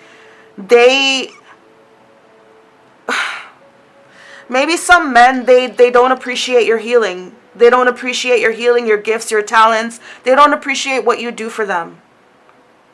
But you know what? Your ancestors are saying there is someone that's going to come through who is going to give you the respect and honor you deserve. And this is going to be a lover. This person will choose you. And then we've got Sarah Lakali. For a long time I had this card up on my altar because I felt a very strong connection to her. I still do. Don't get me wrong. I just decided to put her back in the deck. But yeah, Sarah Lakali, it says divine lineage. So the thing about Sarah Lakali is she was actually a real person, okay? She lived way back then, and she was a prophetess, maybe a psychic. People used to come from far all over the world to hear her, she gave spiritual readings, okay? She was a prophetess. She was a psychic. People came all around to hear her, and it was said that she had the highest divine lineage. So basically what that means to me is she's a direct descendant of our Lord Jesus Christ, if you believe in our Lord Jesus Christ. But to some people, like you can translate Jesus to however you want to translate him, but I do believe that Jesus was a real person, of course. And yes, you can translate him however you want to translate him, Jesus is Horus to some people, etc. It's basically, if you study the different, I guess you can say religions, different types of faith, you will see the similarities and you'll get to pinpoint who's who. Do you know what I mean? So yeah, this is Sarah. So they're definitely saying that you do have, and here we have 6 again. Okay? This is number 11, which is linked with justice. So again, this is what lets me see the struggle here. You want your respect here, okay? People try to diminish you. They try to diminish you for being this. Maybe you're a dancer. Even if you're an exotic dancer, that doesn't mean that you can't be spiritual. Okay? Because even in the Bible, there was a woman who in Jesus, I said genius. Okay? But there is a woman who is a direct ascendant of Jesus Christ. She was an ascendant. So she may have been his great grandmother. And she was a prostitute. She herself was a prostitute, but she was chosen by God to, to carry on this lineage, to be a part of this very important lineage. She was chosen by God to be a part of his lineage. Okay? So, God doesn't look at what you do. What God looks at is the intent behind it. So if you're using your sex, if you're using your beauty to heal people, that makes you truly, truly royal. And again, with this divine lineage, this brings me back to this seed here. Okay? This brings me back to this seed here. So there's some kind of seed that's coming from your lineage. Okay? There is some kind of seed that's coming. And perhaps this person that you will meet, this lover, maybe this person will give you that seed. Okay, not only will they give you the seed, they will give you the respect and honor you deserve. This person will put you on high. Okay? So definitely that's what your ancestors want to tell you. What else do your ancestors want to tell you, pile 3? So this one says expectation. All right, so with this card, especially with it coming out in the reverse, I get the sense that, perhaps you were waiting, perhaps you were waiting for love, perhaps you were looking for love, because it started out with the lovers. So perhaps you were waiting for love, you were looking for love, and now you've kind of turned your back on it all. Maybe there's a sense of bitterness, maybe there's a sense of, these people don't appreciate me, So maybe you kind of blocked off your heart and your mind from finding love. Yeah. 2 and 8 is 10, and 10 is like an ending. So maybe you've given up on love in a certain way. You're like, you know what? I give up. There's no one out there for me. No one understands me. All these guys that I date, they want to put me down. They want to treat me like I'm some kind of sex object when I know that I'm way more than that. And I see here divine lineage. You are definitely part of a divine lineage. Your ancestors are saying that to you. All right? So yeah, maybe you have given up on love, right? Maybe someone let you down in the past.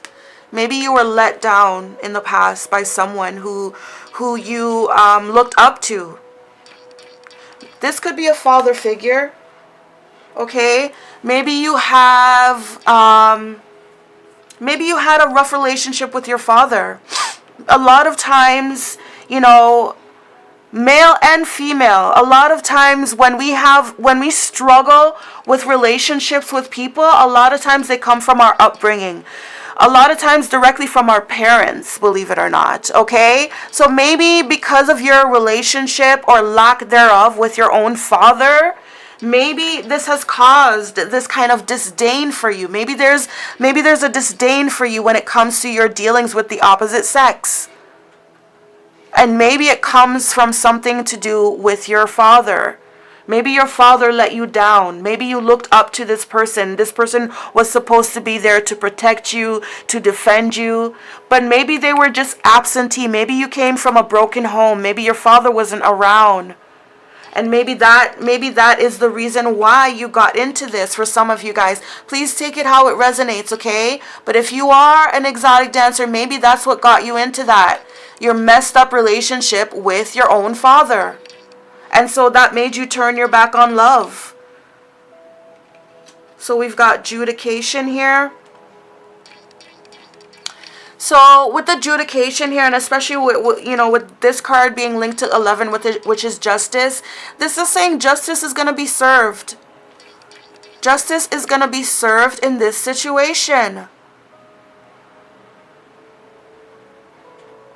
I also feel like it's saying that your father, maybe your parents, they will be held accountable. They will be judged. They will be held accountable for perhaps what they've done to your life. Yeah, I see here the books. They're telling me something about the books. I don't know. Maybe your ancestors are saying that, they've been keeping record.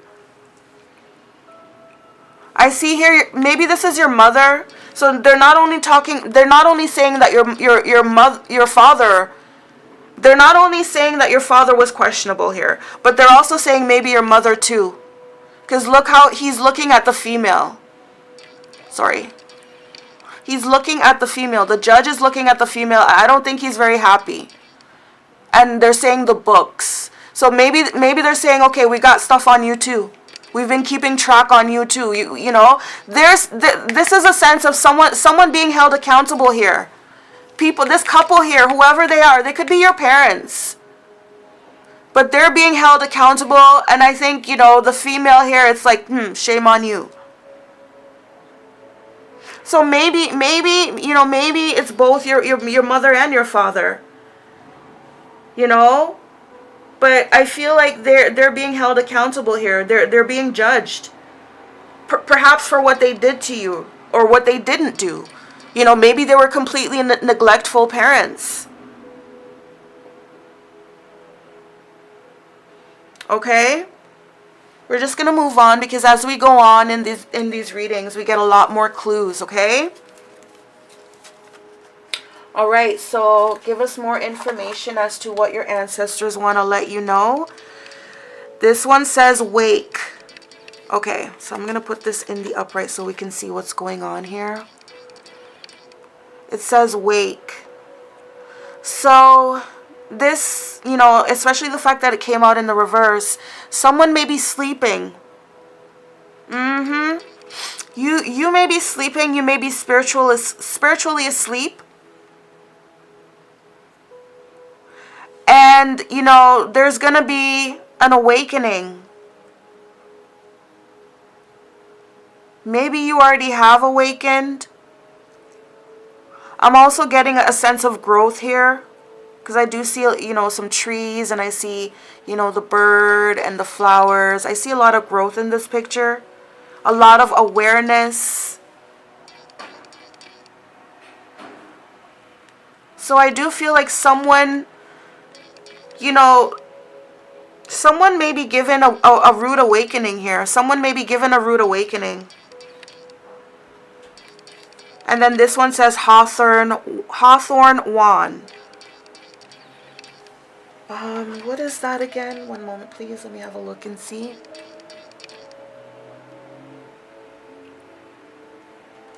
One moment.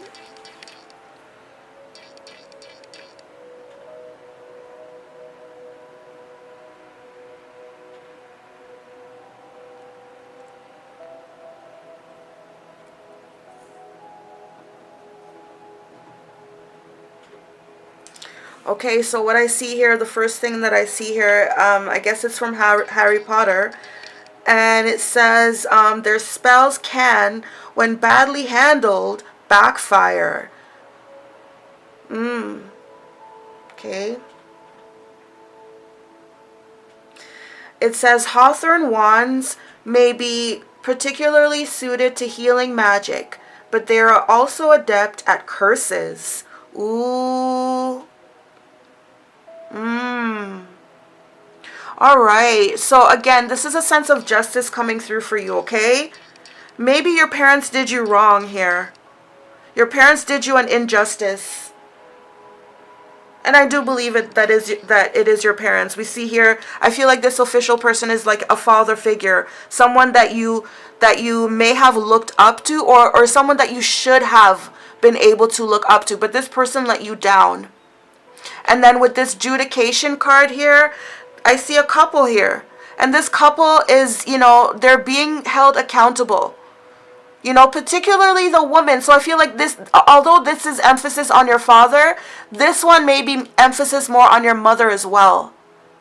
Right? But it's both of them being held accountable here. And when I see this wake here, you know, and especially with this Hawthorne wand, something is going to backfire here. Okay? Someone may have done something to you in the spell world, in the spiritual world. I'm so sorry. I don't know what I'm sorry. But someone may have done something to you. It's going to backfire on them. They're going to get some kind of rude awakening. Believe me. They're going to get some kind of rude awakening. I believe it's these same people here. It could be your parents. Your neglectful parents. They raised you wrong.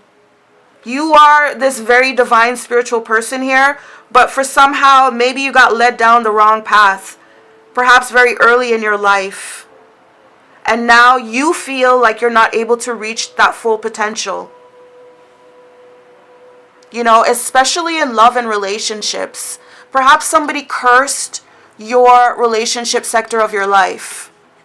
Perhaps that's how you feel. Perhaps your parents did.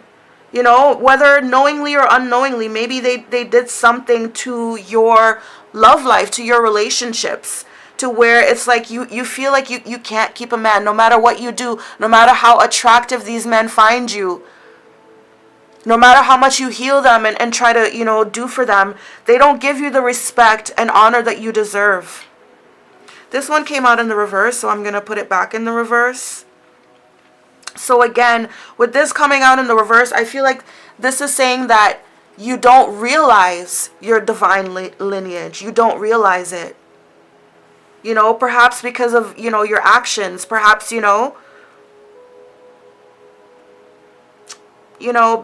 I feel like you're, you know, you could go back and forth, right? To, you know, you can have like a spiritual side, and then you have like a very pleasure-seeking sexual side to you, kind of. Maybe you go back and forth, or maybe they are simultaneously in one. Like the example that I just mentioned about how some people use sex to heal. And we did say we did see the Hawthorne wand as, you know, it's something that's used in healing, but it could also, you know, it could also work for curses as well. So basically what I gather from that is you have to be careful when you use a Hawthorne wand. You have to be careful because it could backfire and it could have some really negative results. So somebody here tried to use some kind of spell against you to curse you. But it's going to backfire on them, and that's what your ancestors are letting you know here. Okay? Let's continue on. Look, falling in love.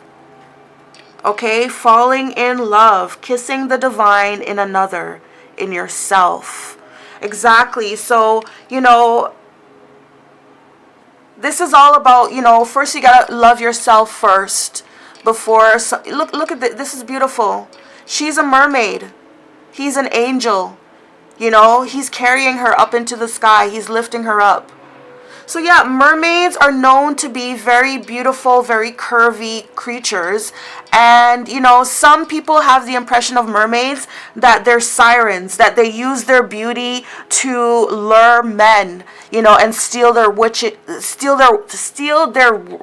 their wealth, even their life. Right? So, you know, maybe doing this work, maybe you've been drained. Maybe you've been drained of your energy. Maybe you went into it to heal others, to help others, but it had the opposite effect for you. But this is saying your ancestors are telling you that you're gonna be falling in love. There is someone there that's already falling in love with you, and this person wants to lift you up. That's what I said here. This person will definitely give you the praises and the respect that you need, that you want. This person will put you on high. I'm hearing anoint you. This person will anoint you and put you on high. This is a very spiritual person that's coming in here. Okay? And again, like, you might even get pregnant with this person. You might, if you're not already, you know? But this is definitely going to be, some kind of angel is going to come in and swoop you off your feet here. Look, oh my God.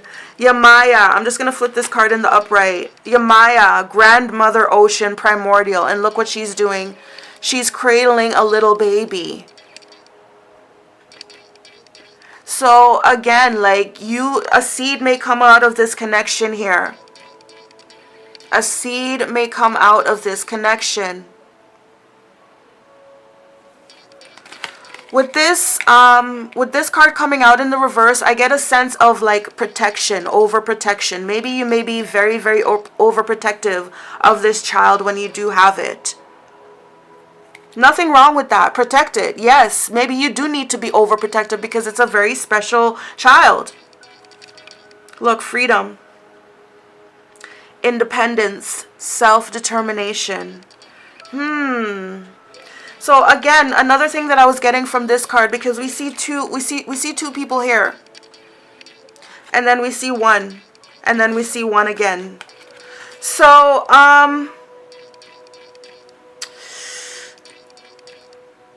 what I'm getting here,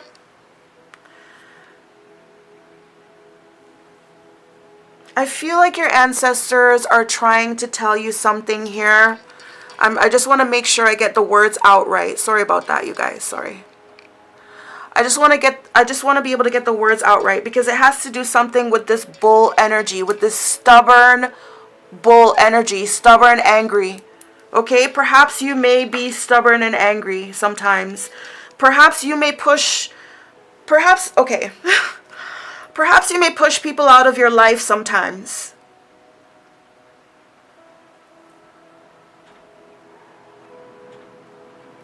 I see here a relationship, a beautiful relationship of a man lifting a woman on high. But then I see her going back to being a mermaid in solitude. She has the child here, and this one talks about independence, freedom. So, you know, maybe your ancestors are saying, you know, like, maybe you do have a tendency of pushing people away. Maybe you do have a tendency of being sharp. But let's get some more information here, because I don't want to mess things up for you, you know, in how I portray this message, Pile 3. So let's get some more clues, okay? It's time to release negativity. Full moon in Scorpio.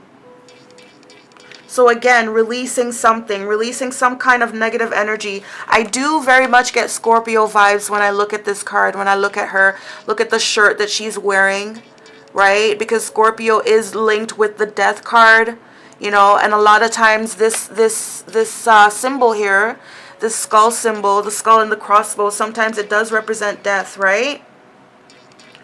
So yeah, it's time to release some kind of negative energy, right? Look at the bigger picture, full moon in Sagittarius. Look at the bigger picture. Communication is key, all right? New moon in Gemini. Gemini rules the Lover's card. Okay? Gemini rules the Lover's card. So this is about decisions. Okay? Big decisions being made, but you have to communicate, right? And then this one says conclusions are within reach. So I feel like what this is saying here,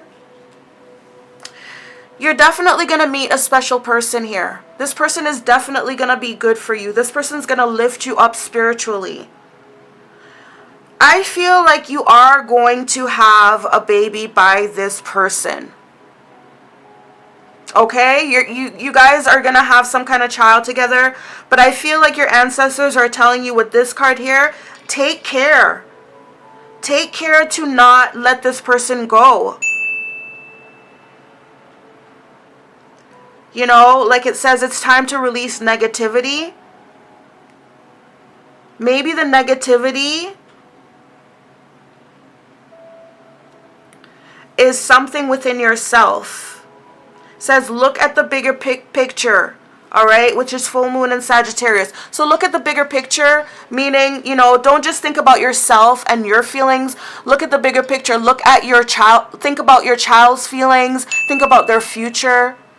You know, your child definitely needs to know their father, right? If your child comes from a divine lineage, you can't remove the father out of that picture too. He counts. He matters. As we see here in this picture, he's the one that's helped raising her up on high.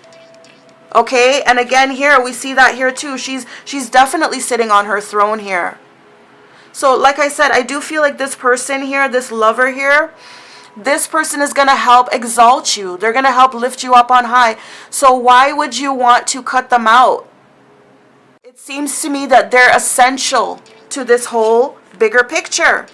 So again, yes, look at the bigger picture, and you see how the arrow here, the Sagittarius archer here, it's pointing downwards, or it's pointing towards you, or towards the viewer, I should say. So it's saying, like, look within yourself, look at the bigger picture, look how you may be.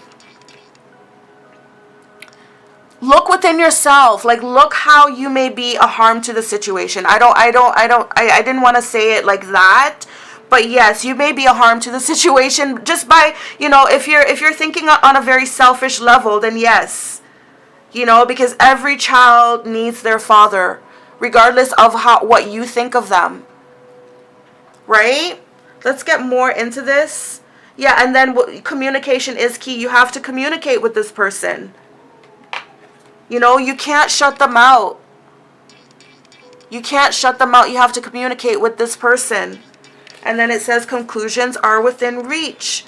We have, I see here, okay, for some of you guys watching, this person may have went to jail or something like that. Because I see the moon, behind the trees. It looks like the moon is behind bars, right? So, and again, we have the adjudication and we have the justice here. So, maybe there was some kind of legal situation here. We're going to get more into it, okay? What do your ancestors want to let you know, Pal 3? This one says Moldavite, unconventionality. Your unique qualities are an important part of your life purpose. It's okay to feel and be a bit different from others. Exactly, you are different. You have two distinct sides. You have a very sensual, sexual, pleasure-seeking, pleasure-giving side. And then you have a very spiritual side. Aizen. Let's look into that again. Aizen. She is the Haitian goddess of, let me see here.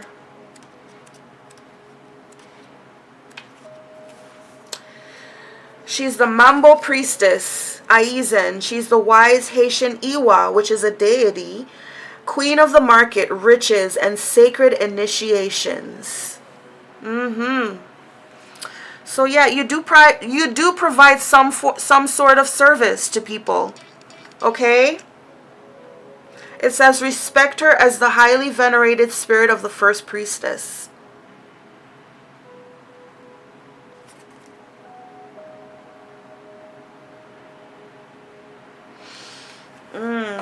So yeah.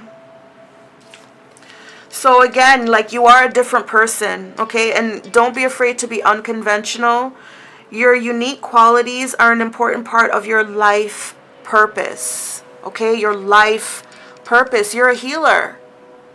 You're definitely a healer. But I feel like sometimes you feel like your gift is also a curse. Your gift for healing people, you feel like it has been a curse. Because maybe it's caused you to not be able to find real love for yourself. Maybe you help other people heal and find love for themselves, but you haven't been able to find love for yourself. Because of what you do. I feel like you're often misunderstood. I feel like you're often misunderstood. You're often misjudged. People don't understand what you do. Okay?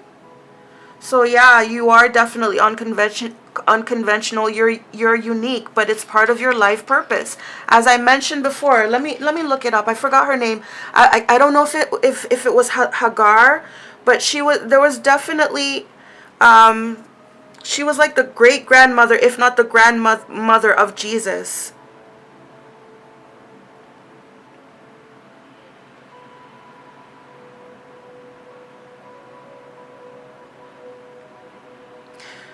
I think it was Rahab. Okay, she was blessed to be part of the lineage. Yes. Joshua 2:1. The Hebrew, and it gives the Hebrew lettering, Ishazona, used to describe Rahab or Rahab in Joshua 2:1. literally means a prostitute woman. So the thing about it is that, she was blessed. Okay, it says Matthew 1 and 5 mentions a brave prostitute from Jericho who, in Joshua 2, 1 to 24, hides and assists the Israelite spies sent by Joshua to assess the promised land. In return, she is granted entrance to the Israelite community along with her family and Joshua. But it wasn't just that. She was also blessed to be part of the divine lineage of Jesus Christ. She's definitely, she's in part, she was his great-grandmother, if not his grandmother. Okay? Then there's also Mary Magdalene. Okay, the former prostitute who washes Jesus' feet with expensive ointment and weeps at his crucifixion.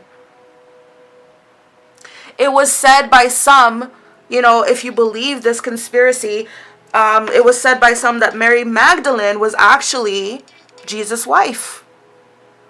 So again, don't be ashamed of who you are and what you do. You are sacred, you are divine, you are a healer. You are someone who should be respected. You have helped people.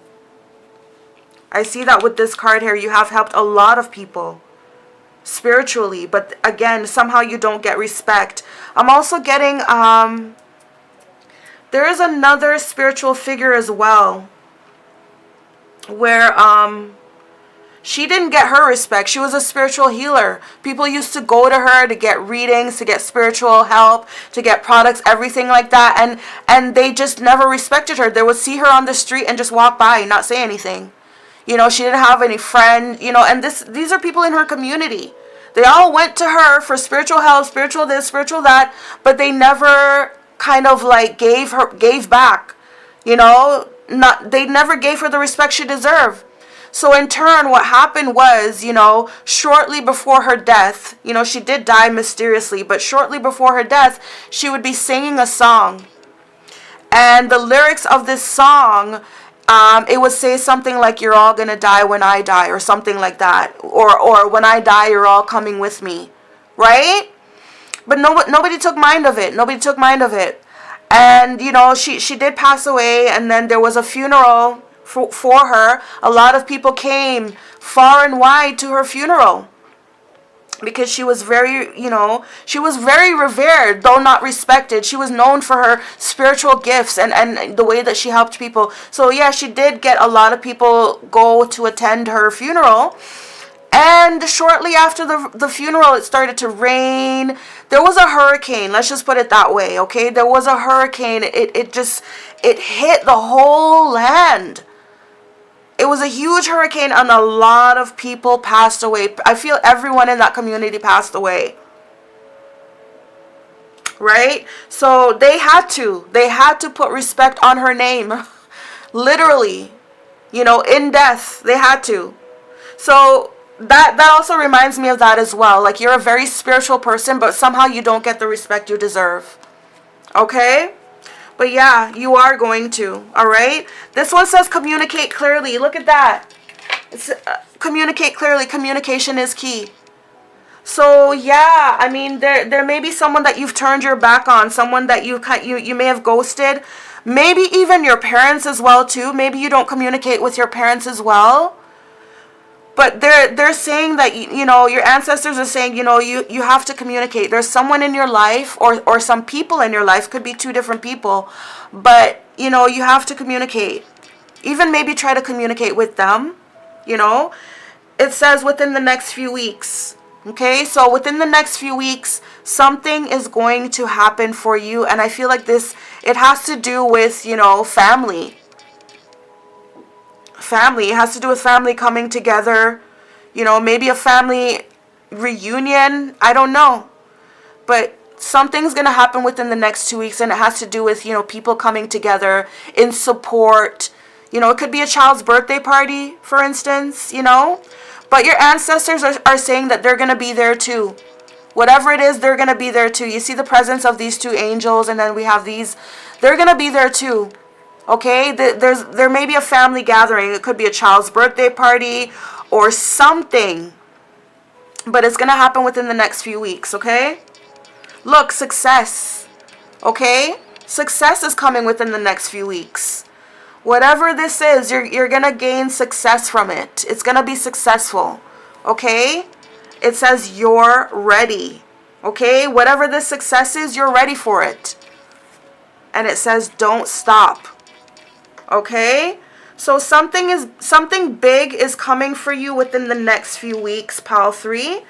And it, I feel like it has to do with you have to communicate with someone here or with some people. It could be you have to reunite with your family. Maybe you have to forgive your family members here. Maybe they're ready to forgive you. I feel like they're ready to not forgive you. I'm sorry. Not forgive you. They're ready to... Yeah, okay, so I feel like they're ready to, apologize. They're ready to apologize. It's going to be receptive. It's going to be, both. This could be a reunion. Some kind of celebration or gathering where you're going to have to communicate. Could be with family. It's going to be successful. You're ready. Perhaps you're ready to forgive. That's it. You're ready to forgive. Okay, I apologize. I'm sorry. You're ready to forgive, right? And don't stop, okay? Don't stop in your efforts. Don't stop in your efforts of trying. Because you have to look at the bigger picture here, okay? If you're having a child, your child deserves to know all of their family. And you got to understand that people change over time. You can't be mad at people forever for something that they did to you years ago, because people change over time. And sometimes they may not come to you and tell you, oh, I'm sorry. People, I don't know. It depends on the energy that you emit. If you emit a very don't come near me, I don't want to hear anything from you, then they may not never come to you and tell you, you know what, sis, I'm sorry. You know what, daughter, I'm sorry. Right? So yeah, you're ready to forgive them. I feel like they're going to come to you and they're going to say sorry. And you guys are going to have a reunion, and you're going to be able to communicate to them. You're going to be able to tell them how much they hurt you and how it affected you, but you're going to be able to do it in a way that doesn't hurt them. Do you know what I mean? You got to be mindful of other people's feelings as well too. I know it sounds horrible, right? I know it sounds horrible, but it's a very sticky situation where, again, you guys need to communicate. You guys need to talk things out, because there's two sides. There's two sides to the stories. There's your side and there's their side. But you guys are ready to make that healing step. You guys are ready to have that conversation. Okay? And don't stop trying. Don't stop communicating to them. Don't leave them out of the picture. Don't be stubborn. Think about your child. Okay? So I'm going to use these cards to give us more information as to what your ancestors want to tell you. Pile 3. So again, 10 of Pentacles. You see that? 10 of Pentacles. This is the card of family. This is the card of traditions being handed down. This is a card of wealth. True wealth. True wealth comes from the wealth of the family. So that's what they're saying. They're saying that you need your family. You can't cut them out. Even though you may be the black sheep of your family, because look at her expression. She's like, ooh, I don't fit in here. Right? But you do, okay? You're a very special part of this very strange union, okay? And look, the lovers. All right? So yeah, you have to mend things with both your family and this lover here. Your ancestors want you to take a look at the bigger picture. They're saying that marriage and family, think about your child, think about your seed. Okay? Don't be so stubborn like a bull. Stop fighting. If that's what you've been doing, stop it, cut it out. Think about the bigger picture. Look at the bigger picture. Look at the seed that's growing inside of you. Think about their future. Okay? It's time to release negativity. But the negativity may be coming from inside of you. I hate to say it, pal 3. I do apologize if some of what I'm saying offends you, but we have to be real. You can't hold on to grudges all your life, especially when it comes to your family. We gotta at least try. We gotta at least try to forgive, try to heal. Because they're your family. You're stuck with them energetically, spiritually. You're stuck with them. You know, a huge part of healing yourself is healing those family unions. Okay? Queen of Cups. Yep, be that Queen of Cups. Be that loving woman. Okay? You've shed tears. You've shed a lot of tears. But you've reflected. And now it's like you're ready to hear them out. You're ready to forgive. You're ready to show love. You're ready to be loved because you have a seed growing inside of you. There's a child coming. You guys may be pregnant right now, or it may be happening in the future. Yeah, you have to look at things from a different perspective. You got to look at things from the point of view of your child, the child that's growing inside of you. Or the child that's coming to you. Okay? Let's get some more information. What do pal 3's ancestors want to let them know? 7 of Cups. The Emperor. Okay? And then we've got, this is 8 of Pentacles. Is it? Oh, sorry, 4 of Pentacles. So again, this is about letting go. Okay? You have to let go of what I feel like they're saying that you have to let go of is you have to let go of this idealized perception of what you think a father or a father figure is. You have to let go of that idealized perception. Just because someone is not like a father that you've seen on TV, like the perfect TV dad. Just because somebody's not like that doesn't mean that they're a bad father, and it doesn't mean that they don't deserve a chance to be there for their child, and it also doesn't mean that they won't change. But I feel like this is saying let go of that fantasy, let go of that idealized perception of what you think a father is or what a father figure is. The World in the reverse. And then the King of Wands. So, you know, for some of you guys watching here, you guys may have walked away from the father of your child. Alright, you guys may have walked away from the father of your child. Things may have ended. You may have felt, oh, this person's a deadbeat or whatever. This is the Chariot in the reverse.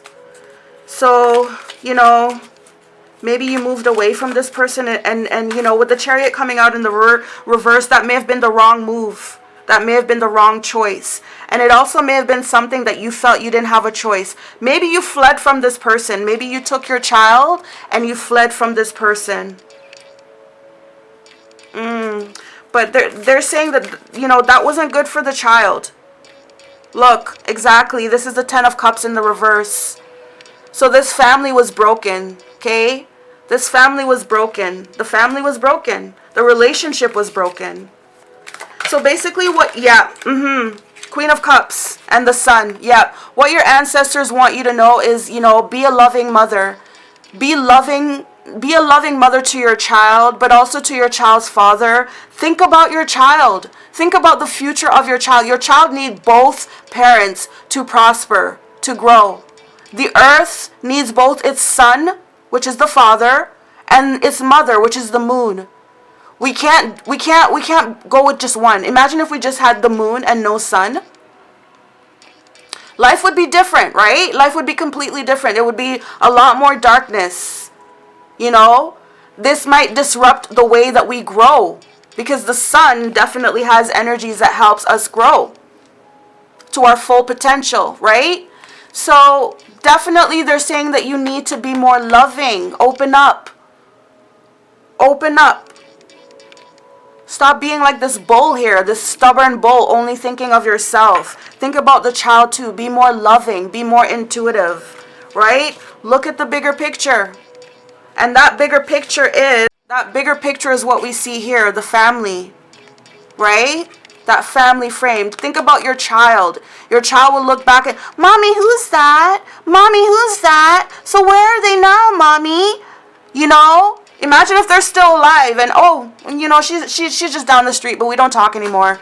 Imagine that. Like, you don't want to be like that. You don't want to withhold your child from their own ancestors, from their own family members. All right? The Tower in the reverse. Yeah, this to me is like a broken home. There was like a broken home there, but with this King of Wands, there's a person who desperately wants to come back. Desperately wants to come back, this person here. All right?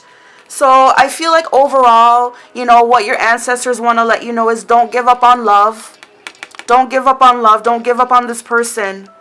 Okay? You found somebody that lifted you up, but something happened in your relationship where you felt like you had to break up with this person. Okay? You may be pregnant, or you may have had this child already, or maybe the child is coming. Okay, but there's an emphasis towards a seed there. Okay? And also, not just to your so your ancestors are also letting you know that, you know, not only is this relationship, you know, with your child's father super important to you, but you should also focus on the relationship with your other family members, such as your parents as well. They're all important to your child. You know, your child needs to know their whole family. It's better for them and their own development. Think about your child. Don't only think about yourself. Okay? So that is definitely what your ancestors want to let you know at this time, Pal 3. I hope you enjoyed this reading. If you did, please don't forget to give it a thumbs up. I truly, truly enjoy you supporting my channel in that way. You can also show your support by commenting, sharing, and also subscribing to my channel if you haven't done so already.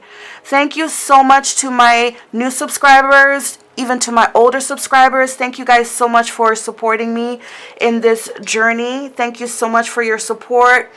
And I wish you guys have a very blessed and beautiful day. And of course, namaste.